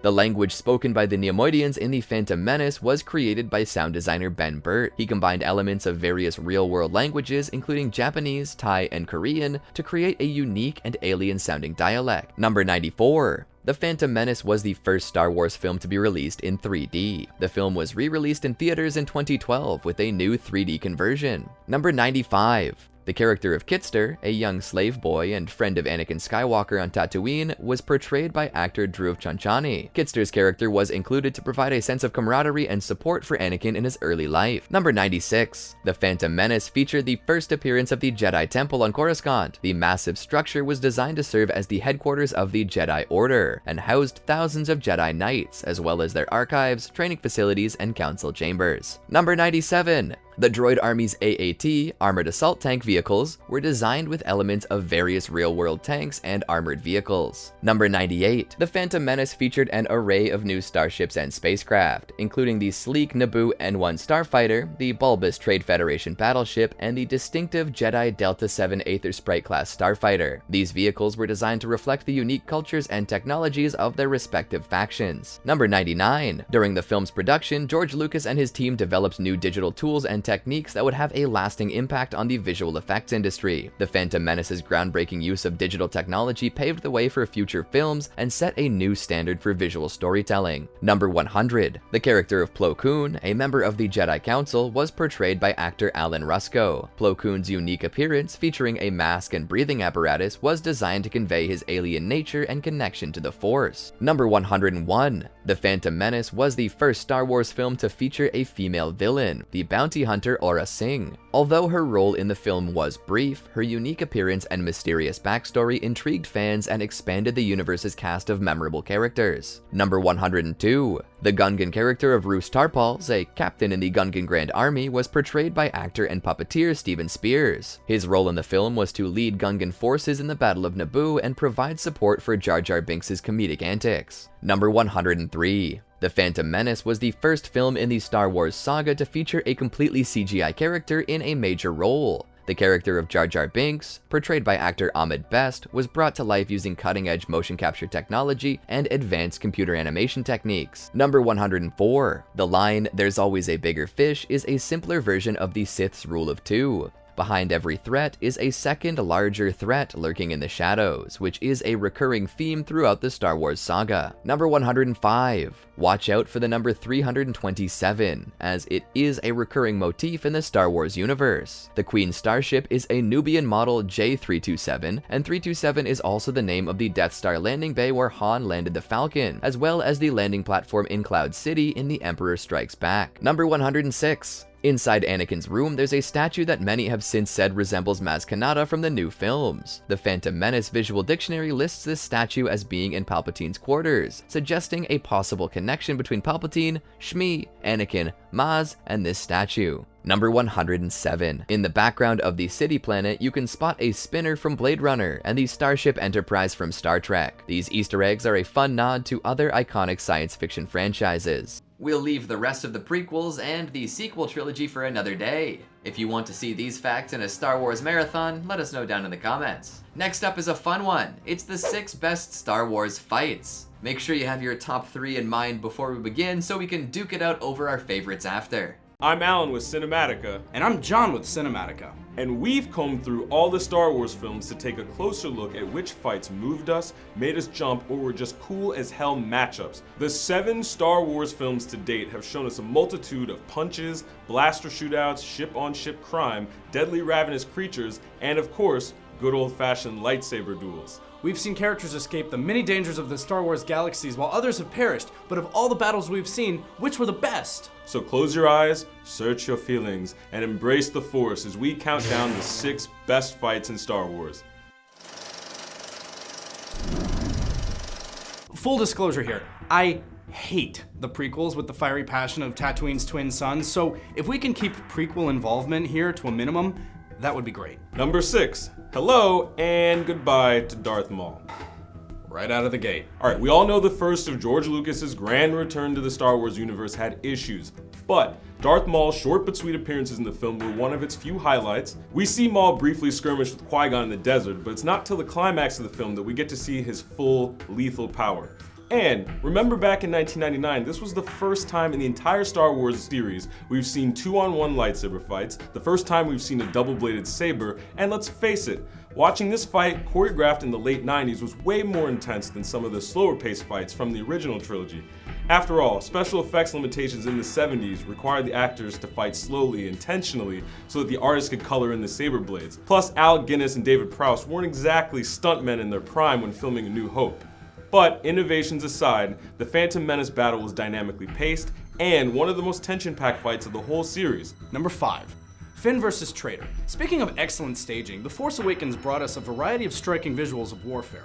Amidst the First Order's assault on Maz's castle, we're treated to an unexpected lightsaber battle between Finn and the hilariously nicknamed stormtrooper Traitor! Keeping the chaos of the battle raging over the World War II-style smoking ruins in frame, this duel provides a deeper glimpse into the world of Star Wars, as it becomes clear that stormtroopers now receive some sort of anti-Jedi training in the 30 years since the events of the original trilogy.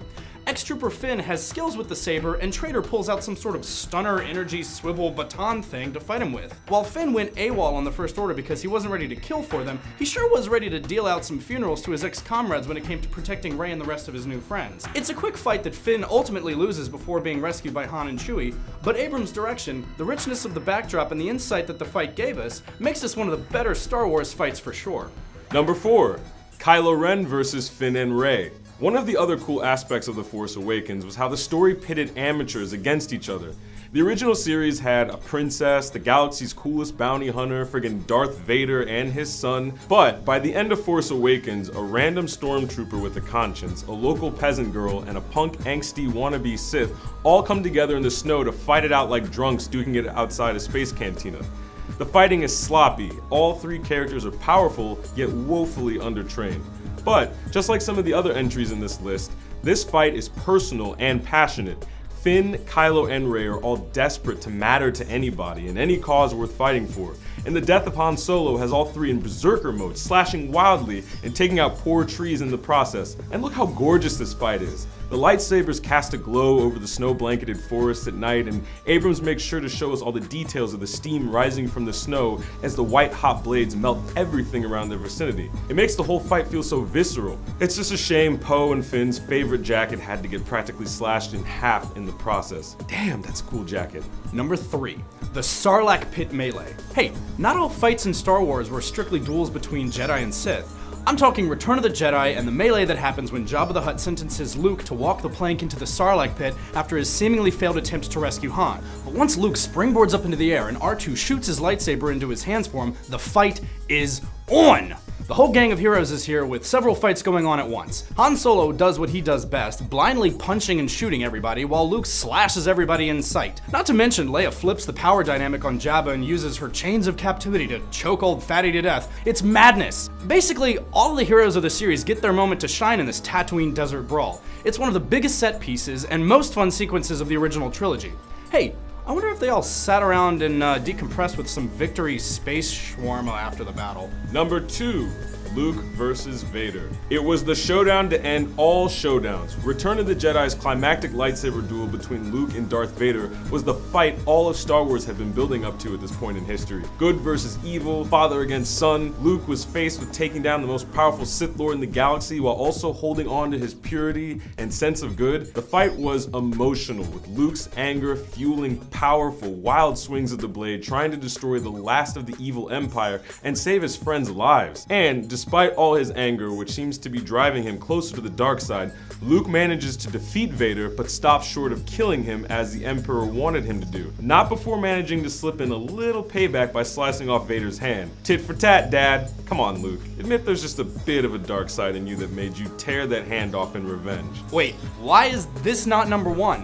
What could possibly be? Number 1, Obi-Wan versus Anakin Skywalker. Wait, how is Luke v. Vader not number 1? Not just in Return of the Jedi, but also Empire Strikes Back, Cloud City Chaos, Loss of Limbs, Paternity Test Results. You know what? Just finish the video. Whoa.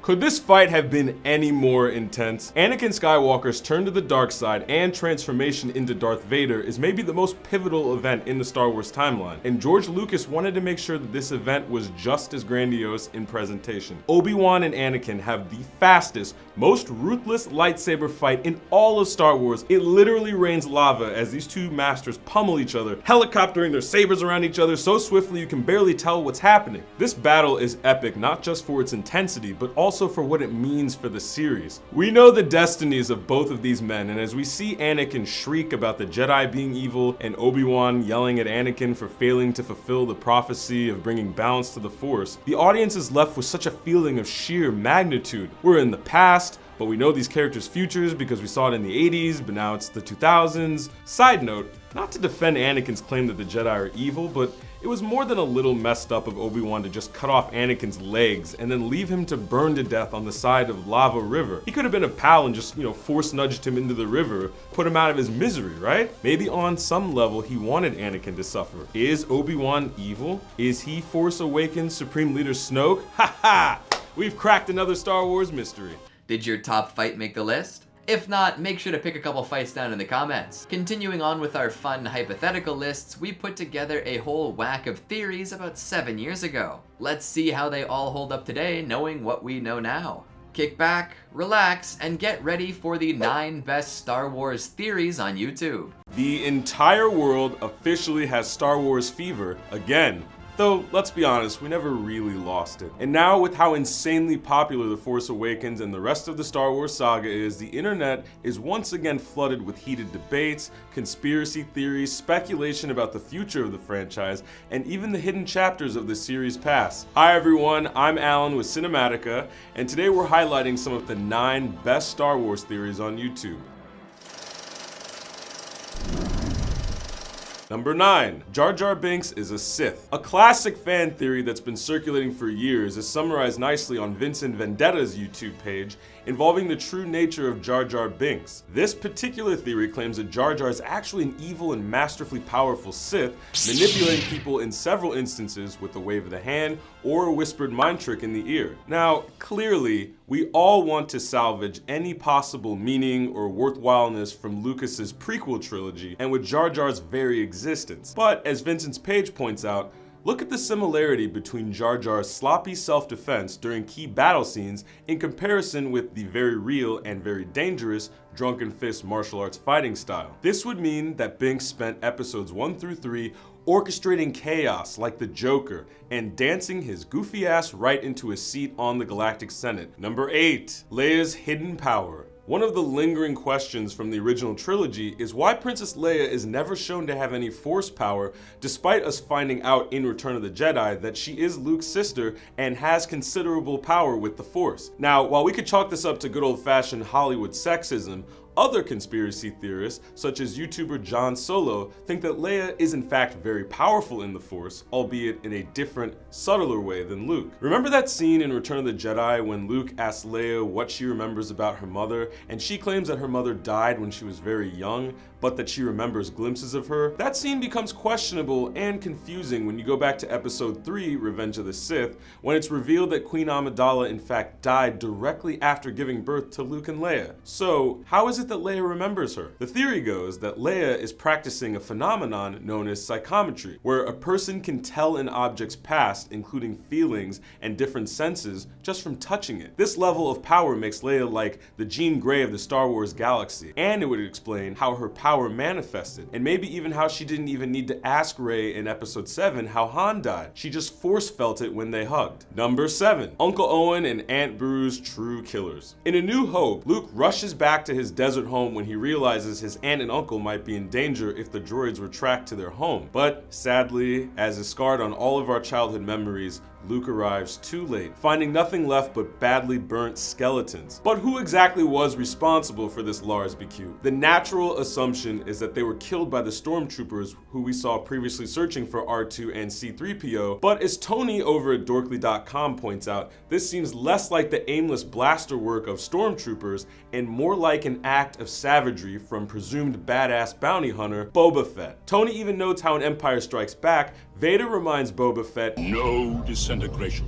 Coincidence? The theory doesn't explain just what motive Boba would have to kill the Lars. Luke hadn't even met Han Solo yet, and as far as we know, he was never tasked with finding R2-D2. But it's still fun to imagine that we got to see a glimpse of Boba Fett's handiwork, a full movie before we actually meet him. Number 6, the Jedi are evil. The Jedi are the purest group of good guys to ever grace the big screen. They're like monks with lethal fire blades resting on their hips. But as YouTubers like the Super Carlin brothers and Enforced Storm point out, it kinda depends on how you look at their actions. Obi-Wan lies to young impressionable Luke, filling his head with stories about how his former pupil turned enemy Anakin killed Luke's father and how Luke has to learn the ways of the Force to get revenge on Darth Vader. As we all know, this is a straight up lie, and it's pretty messed up to try to convince a kid that his real dad is not his real dad, but actually the man who killed his dad. And then throughout the series, the Jedi are guilty of forcing their totally unelected will on politics, obstructing votes, deposing leaders that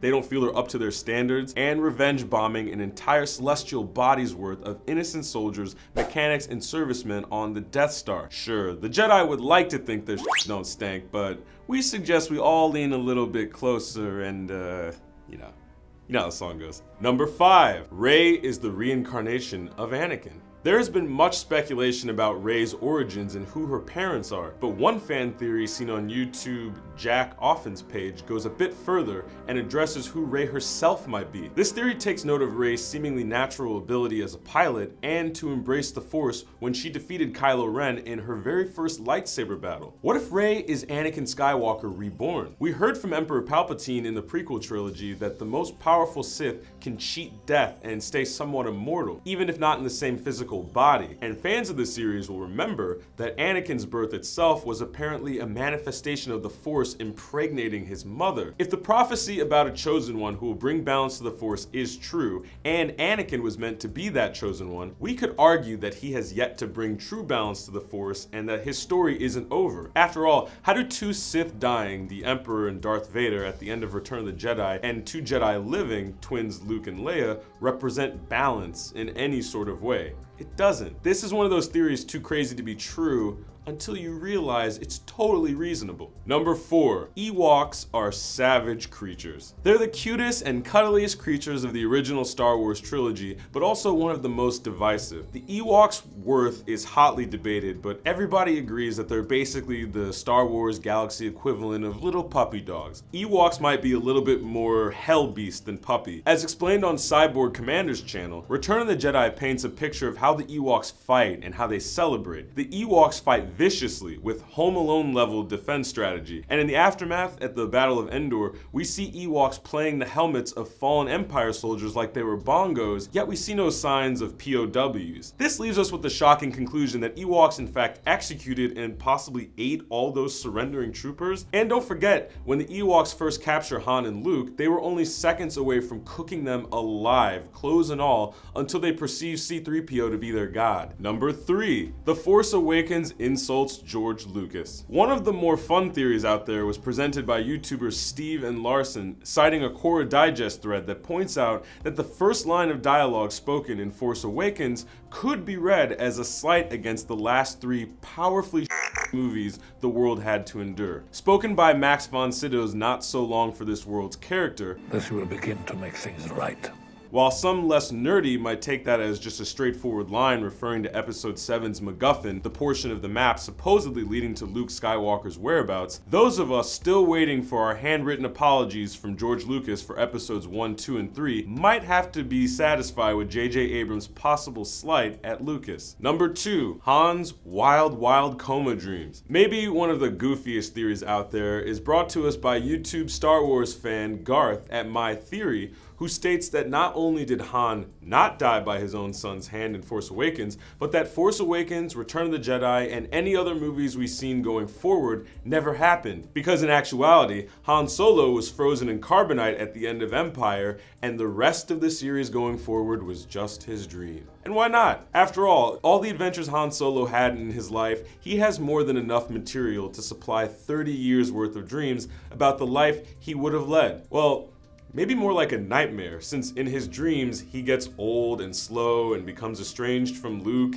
and his wife Leia, gives birth to a bratty son who turns to evil and murders him, and then stories continue on without his presence. That's pretty messed up, Han. Number 1, Star Wars takes place in our galaxy. Now, despite being told at the beginning of literally every Star Wars movie that these movies take place in a galaxy far, far away, some Star Wars conspiracy theorists have said nay, nothing more than a red herring as far as they're concerned. YouTube channels such as TGN found evidence to support this contrary claim. In a crowd scene in the Galactic Senate in the prequel trilogy, a group of ambassadors can be seen briefly and look an awful lot like Steven Spielberg's beloved E.T. Just a cameo reference between friendly directors, right? Then explain how in Spielberg's Raiders of the Lost Ark, a couple of hieroglyph symbols can be spotted behind Indy that look a lot like R2-D2 and C-3PO. Plus, in E.T., we see a kid dressed as Yoda on Halloween, and E.T. immediately turns to him chanting, "Home, home." Obviously, E.T. recognized Yoda since they're from the same hood and thought he was his ticket back home. If a kid is dressed up as Yoda on Halloween, doesn't it mean that in E.T.'s reality, Star Wars is still a blockbuster movie and Yoda is a character that kids dress up as? Okay, clearly this means that the theory is true. Plus, in the world of E.T., George Lucas is a space-time traveling journalist who didn't create this great empire story, but rather just profited off war that he documented out in the cosmos and turned into a script. Ugh, typical Lucas, shame on you. Now here's a controversial one. Back in December of 2015, we put together a video called 6 Reasons the New Star Wars Could Suck. Did any of our predictions ring true? Or was this just a goofy hypothetical? Let's find out. In 1977, the world was introduced to the greatest film franchise of all time, Star Wars. The epic space opera defied all expectations and won over the world from the very beginning. Then it outdid itself with 2 truly fantastic sequels. Now Episode 7, The Force Awakens is set to make history when it hits theaters on December 18th. It's already broken pre-sale records, and there are even more movies on the way. Star Wars is back! It's gonna rock our worlds! We hope? Remember how excited we all were in 1999 when The Phantom Menace was about to come out, and then the rug was pulled violently out from under us? We don't want to be hurt again, so let's manage our expectations here. It's time we come back down to reality and accept the truth. It's possible the new Star Wars movies won't rock our worlds. So sit back, grab some snacks, and get ready to get your learn on, because Cinematica is counting down the 6 reasons why the new Star Wars movies could totally suck, so you can watch smarter. Let's get started. Number 1, Disney and J.J. Abrams are pouring poisoned honey in our ear. It's always a bit unnerving when someone tells you exactly what you want to hear, and that's exactly what Disney and J.J. Abrams are doing. Call me bitter, but in my experience, if it sounds too good to be true, it usually is. The movie's current marketing strategy has been to pinpoint the specific sources of hatred for the prequel trilogy, and then assure audiences the new movie couldn't be farther from that model. There's a return to practical effects. Yay! Oh, look over there, the original cast is back! Thank Jesus. But other than that, what do we really know about this new movie? Nothing! The plot has been tightly under wraps, so it could all just be well-intentional promises and little else. Number 2, speaking of plot, this all looks a bit familiar. There's no doubt that what fans loved about the original trilogy is front and center in the trailers for The Force Awakens. How could that be a bad thing? Well, it is if J.J. Abrams is just reusing the tropes from other Star Wars movies rather than doing something completely new and cool on his own. The journey of a young, poor hero with hidden promise and amazing parentage from a desolate planet on the outer edges of the galaxy gains a mission and a cute robot companion, then goes on to fight Nazi-like gleaming foes with the help of a ragtag bunch of underdogs. We've seen this already, and it was done perfectly. What else you got? Number 3, is it possible that J.J. Abrams is a hack? Yeah, I said it. Super 8 wasn't awesome, Mission Impossible 3 and the Star Treks are fun, but both have huge problems. That's not the track record I want to see from someone holding the Star Wars universe in his hands. What if he is just regurgitating tried and true Star Wars archetypes, plot points, and settings to appeal to fans? What if that means he'll fail to expand new mysteries, explore our favorite characters, and provide us with force-filled battles with more spectacular and mind-blowing choreography and effects that we've seen before? I wonder if we can trust JJ's judgment. And so far, all signs point to no. Number 4. Disney is running the show. Disney has been on quite a shopping spree, snatching up Pixar, Marvel, and Lucasfilms recently in its attempts to capitalize on their creativity. And that they have. Mickey Mouse is essentially running a sequel factory, regurgitating characters we've all seen before, and the result isn't always pretty. The Force Awakens hasn't even come out yet, and there are already 2 more sequels and 3 spin-offs in the works. Disney has invested billions in these franchises, and they want to protect and exploit them as much as possible, which translates to less risk, less originality, and more repetitive stories. Number 5. They're getting churned out like they're on a conveyor belt. Fact, there's going to be a Star Wars film every year for the next 6 years, and that's just the start. The first trilogy had 3 years between films, and even the craptastic prequels had 2 years between them. Good ideas need time to marinate, and they're barely giving this new batch time to thaw. Combine this fact with the reality that the standalone films have no character crossover whatsoever with the episodic movies, and you can see how they'll fall victim to quantity over quality in no time. Number 6. The Force Awakens will suck because of math. Yes, math.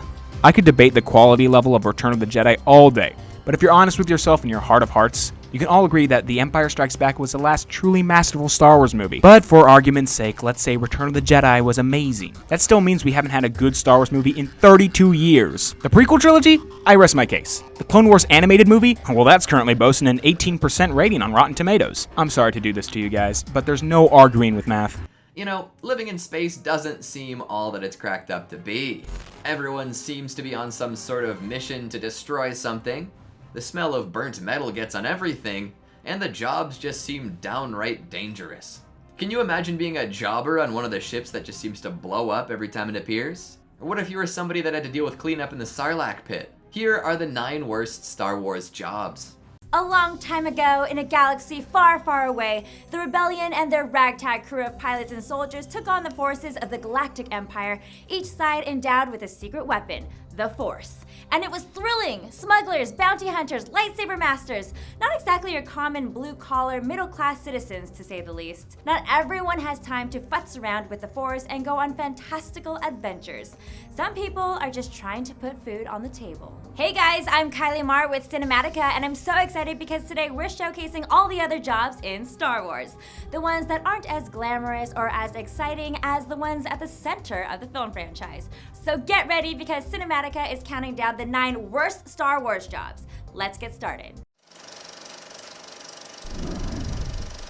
Number 1, Rancor Keeper. Imagine dog sitting, only the dog is a 16-foot tall reptilian bear monster. That's what a Rancor Keeper needs to deal with every day of their thankless job. Now, as far as we can tell, being a Rancor Keeper is about the same as being any kind of animal handler. You have to look after its health, groom it, clean up after it, keep it well fed. I'm already seeing some problems. Alright, so let's assume that the thing is well trained enough that it won't eat you on sight. You'll want to keep a ladder on hand because anytime your Rancor needs a dental checkup or a wound tended to, you're going up. Finding big enough food portions also has to be a nightmare. So it's lucky Jabba has so many expendable dancers and guards to chuck down there. And I won't even get into the cleaning after it part. After all that, maybe you do end up bonding with your horrifying potato bear. Sooner or later, some schmuck is gonna come around and get the better of it and leave you totally heartbroken. Sorry, Malakili, maybe get a cat. Number 2, Moisture Farmer. We know Luke's Uncle Owen was a moisture farmer and that Luke himself was destined to stay on the farm and continue the legacy if the farm hadn't, been burned down over some droids. But what is a moisture farmer exactly? They're cultivators from hot desert planets who collect water from the humidity in the atmosphere and then sell it, I guess? Of all the products of an arid sand planet, water does seem like it'd be the most in demand, but the Lars family doesn't seem to be making much of a killer living off of it. If you're going to be toiling in the desert, you at least want it to be worth something. The job isn't gaining any points from the fact that its very nature means living on a barren, scorching planet. With all the exotic, futuristic worlds out there, no one wants to be trapped on a hot rock. Rey and Luke both showed us that. Not to mention that you're risking being attacked by Tusken Raiders every time you step outside. Moisture farming sounds like a terrible, unforgiving existence. Number 3, musician. Trying to break into the music industry is hard enough in the real world where you're only dealing with one planet and 0 galactic empires. In the period of Civil War, it seems pretty hard to find a true appreciation for fine arts like music. We really only see the Max Rebo Band in Jabba's Palace and the Mono Nodes in Mos Eisley Cantina, neither of which are exactly highbrow venues. There was that whole crazy water opera in Coruscant in Episode 3, but we can't really make heads or tails of what that was all about. Point is, aside from traveling musicians and cantinas, there really aren't big shot stars touring the galaxy or anything. So maybe skip on the guitar lessons and learn to bullseye womp rats in your T16, because only the latter is going to get you places. Number 4, Death Stick Dealer. In Episode 2, I know, sorry, Obi-Wan Kenobi is inside a club and gets approached by a sketchy Coruscant man selling death sticks. In typical Kenobi fashion, the Jedi dishes out a mind trick, telling the man to go home and rethink his life. Apparently, despite the wealth and glamour of the capital planet's surface, people living in the underworld are a little less lucky. Business doesn't seem to be booming either if the dude is confronting a well-to-do looking stranger to try to get a sale. By the way, the dealer's name? Ellen Sleazebagano. Look, with that name, the guy really had no chance of a career outside death stick dealing. Number 5, Mining Droid. Okay, while we're on the topic of the prequels, let's talk about the mining droids from the volcanic planet of Mustafar. You might remember the one that Anakin is rudely standing on top of during his big flashy twirly fight with Obi-Wan. Also called panning droids, these heat-proof machines are tasked with collecting ores from the lava. Since we know that droids have artificial intelligence, that means the miners must realize how boring their sole function really is. Compare it to the life of a protocol droid like C-3PO or astromech like R2-D2. Those droids are involved in politics, in battle, in society. The panners, on the other hand, are isolated on insane fire planet. That means there's not even any excitement for them. The duel between Obi-Wan and Anakin had to be the coolest thing to ever happen to that one droid. Number 6, Major Domo. Surprisingly, at least to us, Major Domo is not a sci-fi space jargon word. It means a person who speaks, makes arrangements, or takes charge for another. That's the job of Bib Fortuna, Jabba's right-hand Twi'lek who oversees operations at the Hutt Palace. Doesn't sound so bad at first, does it? But remember, this is Jabba's palace. What exactly are the daily operations that need overseeing there? Booking dancers to feed the Rancor? Picking out the best spot for a carbonite frozen slab of Han Solo? Making sure the slave girl bikini gets washed? Logistically, someone has to handle all of these messy affairs, and I can't imagine that job belonging to anyone besides the Major Domo. Bib Fortuna has been doing it for decades though, so maybe it pays well. Or he has tenure or something. So it may not actually be that bad. Number 7, Bartender. In the Star Wars universe, bars are depicted as hubs where weary travelers from across the galaxy can come together to relax, get some new jobs, hear some tunes. Now, think of what that must mean for the bartender. Hundreds of different alien species who likely speak hundreds of alien languages, all converging down on their bar and expecting quality service. Who even knows if you have the right beverage they like to drink? Who even knows that they are capable of drinking beverages? But hey, this is a space fantasy, so maybe all of that comes with the territory. Maybe to be a bartender in Star Wars, you need to be an extensively versed linguist and biochemist. If that's the case, it's no wonder Mos Eisley bartender Wooher is so grumpy. He's way overqualified. Number 8, Stormtrooper. Elite Imperial soldier or not, becoming a Stormtrooper is a pretty raw deal. Best case scenario, you willingly join the Imperial Academy where they monitor you with fastest militarism and kick you out on the front lines without any regard for whether or not you come back. Worst case scenario, they abduct you from your home, give you a number instead of a name, do all of the things I previously said, and then just stick you on janitorial duty, as in Finn's case. If not one of those, then you'll surely end up doing some other menial task like hunting around the desert for droids. Your commanders are truly not your friends. And when you're working under temperamental superiors like Darth Vader or Kylo Ren, they could actually be more danger to you than your enemies. And at the end of it all, you still can't shoot for shit. Number 9, Imperial Architect. If there's one occupation in Star Wars that nobody cuts any slack, it's the architects. Stuff is getting blown up or blown apart all the time. And which project was the biggest architectural gut punch? The Death Star. The battle station is like an architectural phenomenon, massive not only in its physical scale, but also in its functions. It has weapons, it has control stations, and it presumably needs living spaces, plumbing, electricity. Someone had to plan all of that. Taking all that into account, can you really blame them for the poorly placed exhaust port? After all that work, bam! It's blown to smithereens. For the second Death Star, the burden of supervision fell on Moff Jerjerrod, who, to the Emperor's displeasure, started falling behind schedule. But of course he did, because the first Death Star took decades to build, whereas the second one had to be built in only a handful. The Beware of the Power of the Dark Side novel explains how much paperwork, budget cuts, and other construction shenanigans were plaguing Jerjerrod through this whole process. Then it gets blown up again! Time to retire. Staying on that space is very dangerous grind, have you ever considered having no mouth, yet still needing to scream? Well, thankfully that's not something that happens in Star Wars that we know of, but there are still plenty of terrible ways to go in a galaxy far, far away. So of course, we've put together a list of the 8 worst ways to die in Star Wars. Get ready. Star Wars! One of the most beloved, family-friendly franchises of all time. Though, sometimes fans can forget about the whole war part. From lethal creatures to a continuous state of armed conflict to having to listen to Jar Jar Binks talk. Ugh. Everybody's favorite galaxy far, far away is also an extremely dangerous one. Not all deaths in the Star Wars universe are created equal. In fact, some of them are straight up nightmare fuel.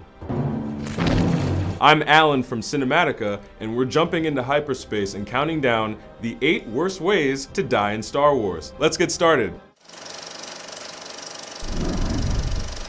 Number 8. Cancer from the Death Star. When the Empire ordered the newly operational Death Star to be tested on Alderaan, we see all the men it takes to operate the weapon, including the couple of troopers that have to shield their eyes as the death ray fires right past them out into space. Seriously, guys? No radiation blocking divider of any kind? Even the hospital workers that take your x-rays get to leave the room before that thing opens fire on you. A laser in our reality can heat solid steel over 3 million degrees Fahrenheit. The Death Star has a hypermatter reactor and it's capable of incinerating an entire planet. So clearly the troopers exposed to that beam are walking away with radiation burns and mutated DNA. And we're not even touching the Force Awakens Starkiller base that devours stars whole and then spits them out at planets. We're thinking you'd need at least an SPF 3500 to survive being anywhere near that blast. The hard truth is that up to 10% of invasive cancers on planet Earth are related to radiation exposure. I hope those stormtroopers have really good health insurance. Number 7. Falling off of Cloud City. Welcome to the lovely vista that is Cloud City. This lofty urban paradise is full of betrayal, heroes frozen in carbonite,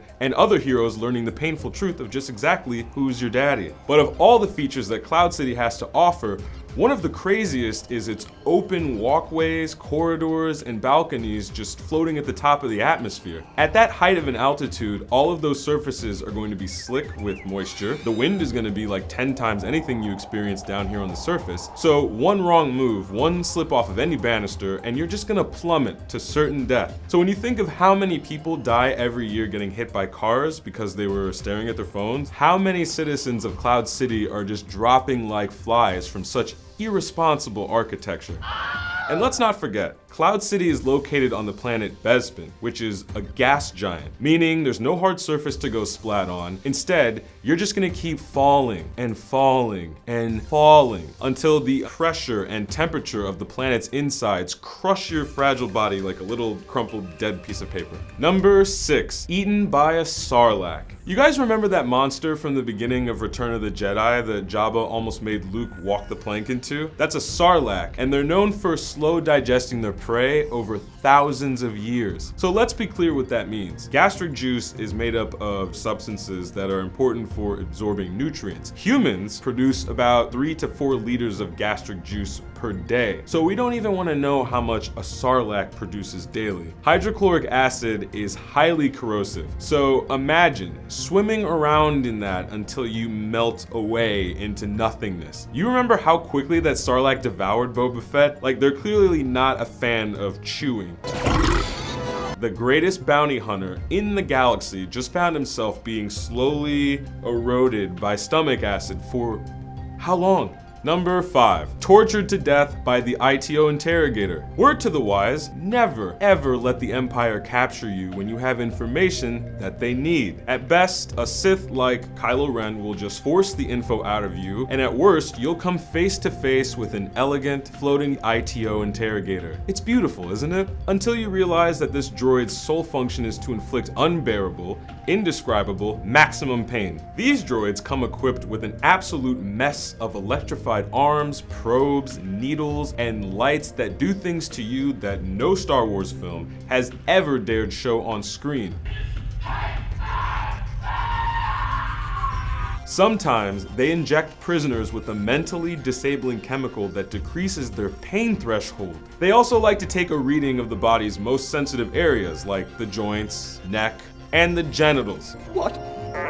Yes, the genitals. Torture sessions typically last well over an hour, and that murder ball of a droid is nothing if not efficient. Number 4, trying to breathe on Mustafar. Let's be real, there are a ton of really crappy jobs in the Empire. Sanitation on the Death Star, or the poor bastard who has to deliver bad news to the Sith. But the worst job has gotta be being assigned to the mining colony on the lava planet Mustafar. As you might have guessed, being anywhere near an active volcano is not cool at all. I'm just saying, if the temperature doesn't kill you, then just trying to breathe will. Inhaling oxygen in an ash-filled environment like Mustafar is gonna give you horrifically painful lung scarring, or the molten hot ash will just burn your nose and throat completely closed. Imagine microscopic, jagged rocks tearing your lungs open from the inside every time you take a breath. By the way, this is an actual real-world condition called, and brace yourself for this, pneumonia ultramicroscopic silicovolcanosis. Now that is a mouthful.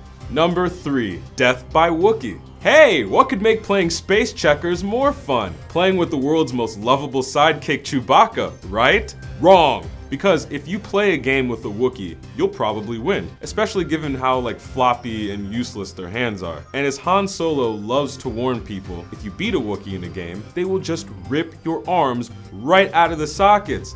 I suggest a new strategy, R2. Let the Wookiee win.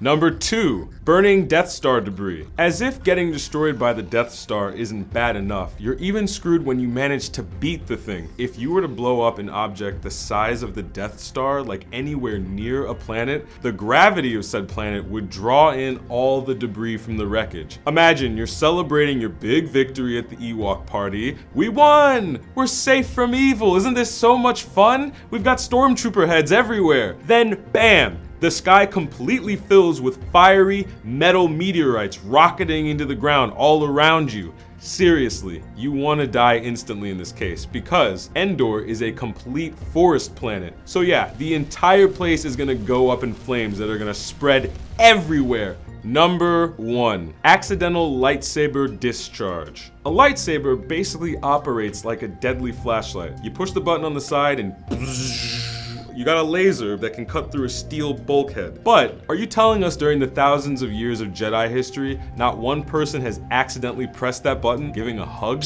With the death button right there on the side of the saber, one wrong move is gonna result in it opening up right in your belly, or somewhere lower.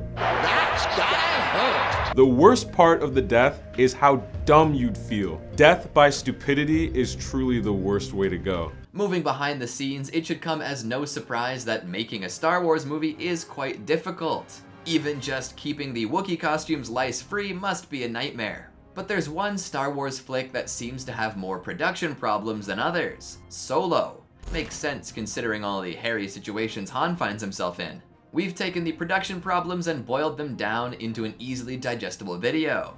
The secret production problems behind Solo, a Star Wars story. Star Wars fans have a bad feeling about Solo. For a movie about the greatest smuggler in the galaxy, it can't seem to make a getaway from its production troubles. Between an unprecedented directorial switch-up and a movie poster snafu, everything you've heard about Solo is true. Hey guys, this is Brendan with Cinematica, and Solo is starting to sound a lot like the Han himself. Good. a little rough around the edges, but you know, good. He may have made the Kessel Run in 12 parsecs, but we're making a list half the length. A parsec is a measurement of distance anyway, tell your friends. With the secret production problems behind Solo, a Star Wars story. Han Solo takes orders from just one person, himself, except on set where he took orders from like 5 people. Like Josh Trank's departure from the Boba Fett project and Colin Trevorrow's departure from episode 9, Solo's directors were subject to some misdirection. Right from the outset of production, Phil Lord and Chris Miller were in charge. You may know them as the guys who actually made a good movie about Lego and who turned a 1980s police procedural into a surprise comedy hit, or as the co-creators of the recently departed comedy series The Last Man on Earth. Toys comedy in the 80s are like the building blocks of Star Wars. You'd think they were a perfect 2x4 studded fit. Alas, that is not the story from the set. Lord and Miller's low-budget comical sensibilities evidently didn't gel well with the pace of a Star Wars set. They often felt rushed by Lucasfilm's breakneck production schedule, which gave them little time to shoot what they wanted. They preferred to run the same scenes dozens of times, allowing their actors to improvise. Yet, from a certain point of view, it appeared as though they had no idea what they were doing. Their preliminary footage eventually made its way to Lucasfilm chairwoman Kathleen Kennedy, who was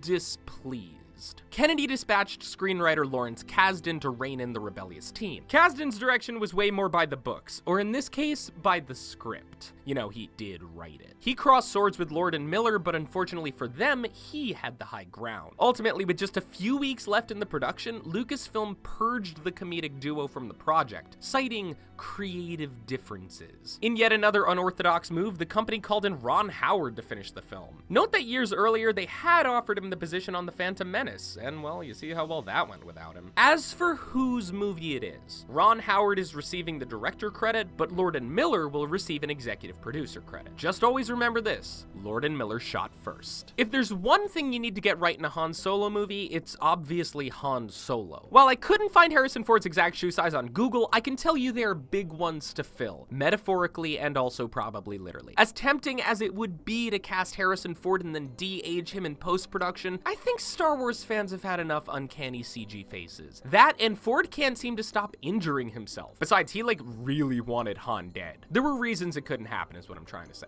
Don't worry, fans have already taken to the internet to assert that Solo won't be the same without the man who embodied the character. So it would clearly be a bumpy ride for anybody picking up such an iconic role. We do not envy Alden Ehrenreich. Like Daisy Ridley and John Boyega before him, the Hail Caesar alum seemed like the perfectly wide-eyed and relatively unknown man for the part. His casting was met with the obligatory fan backlash. He looked and sounded nothing like Harrison Ford, but that was never the point. Of the film's multiple directors, none of them wanted the lead actor to do a 2-hour Ford impersonation. Much like Chris Pine in the Star Trek movies, who evoked the feeling of William Shatner without the whole speech, pattern, thing, spa. All Ehrenreich needed to do was channel Solo's vibe and swagger. So when the news broke that Kathleen Kennedy was unhappy with his performance and they had to hire an on-set acting coach late in production, that's a forced disturbance for sure. In Ehrenreich's defense, we know he's a good actor. He's so good in Hail Caesar. It's a Coen Brothers movie for Pete's sake. Then again, he was playing an actor who couldn't deliver his lines right, so, you know, for all I know, he just method acted too hard. But between all the conflicting visions on set, many of the actors were in the dark about what they should be doing most of the time. Thankfully, the acting coach did apparently help, and Ehrenreich got more comfortable in Han's big boots, and so we have a new hope that he did a good job. The news now is that he's already signed on for 2 more movies after this one, so he'll have time to refine his Solo. Paul Bettany appears in Solo as Dryden Voss. You know, the big shot gangster that tasked Woody Harrelson's character Tobias Beckett with putting together a crew. That makes him a key figure in the film, and here I thought he was still chilling with Scarlet Witch in Disney's other cinematic universe. If his casting came out of nowhere to you, then it might ease your mind to know that Ron Howard only added him during reshoots. Dryden Voss was originally played by Michael Kenneth Williams from Boardwalk Empire and The Wire. Howard had previously directed Bettany on a few occasions, like his 2001 classic A Beautiful Mind and 2006's The Da Vinci Code. According to Williams, his version of Voss was a half-man, half-lion hybrid alien who was at the pointy end of a love triangle with Kira and Han. When the Howard-led reshoots began, Williams was busy filming the Red Sea Dividing Resort in South Africa, a little ways away from the Solo studio in London. Paul Bettany started working on set less than 2 weeks after getting cast. The Dryden Voss character was reworked to fit Ron Howard's new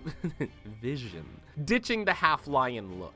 Considering Bettany's claim that Howard did even more reshoots than intended, it's clear that the role was overhauled quite a bit from the Lord and Miller days. To Michael Kenneth Williams fans, do not worry, he's got the spirit of the half-lion man he once played. When production finally wrapped, you'd think the movie would be all in the clear, but after every crime, there's a wanted poster. It's rare that the poster is, also part of the crime. When the Lucasfilm marketing team dropped the Solo teaser trailer and poster set, the crew might have thought it would sell audiences on their multi-million-dollar flick that was directed by like 7 to 10 people. The bold, colorful character posters they released were a huge departure from the Star Wars franchise's usual style. They even looked like real wanted posters. It was all fun and games until the law caught up. The law being French artist Hakim Bahous, who noticed that the posters bore an uncanny resemblance to the album cover set he created back in 2015, which was titled The Legacy of Jazz. Like the posters, his original art had 4 covers, each using a different color scheme, which just so happened to be the same colors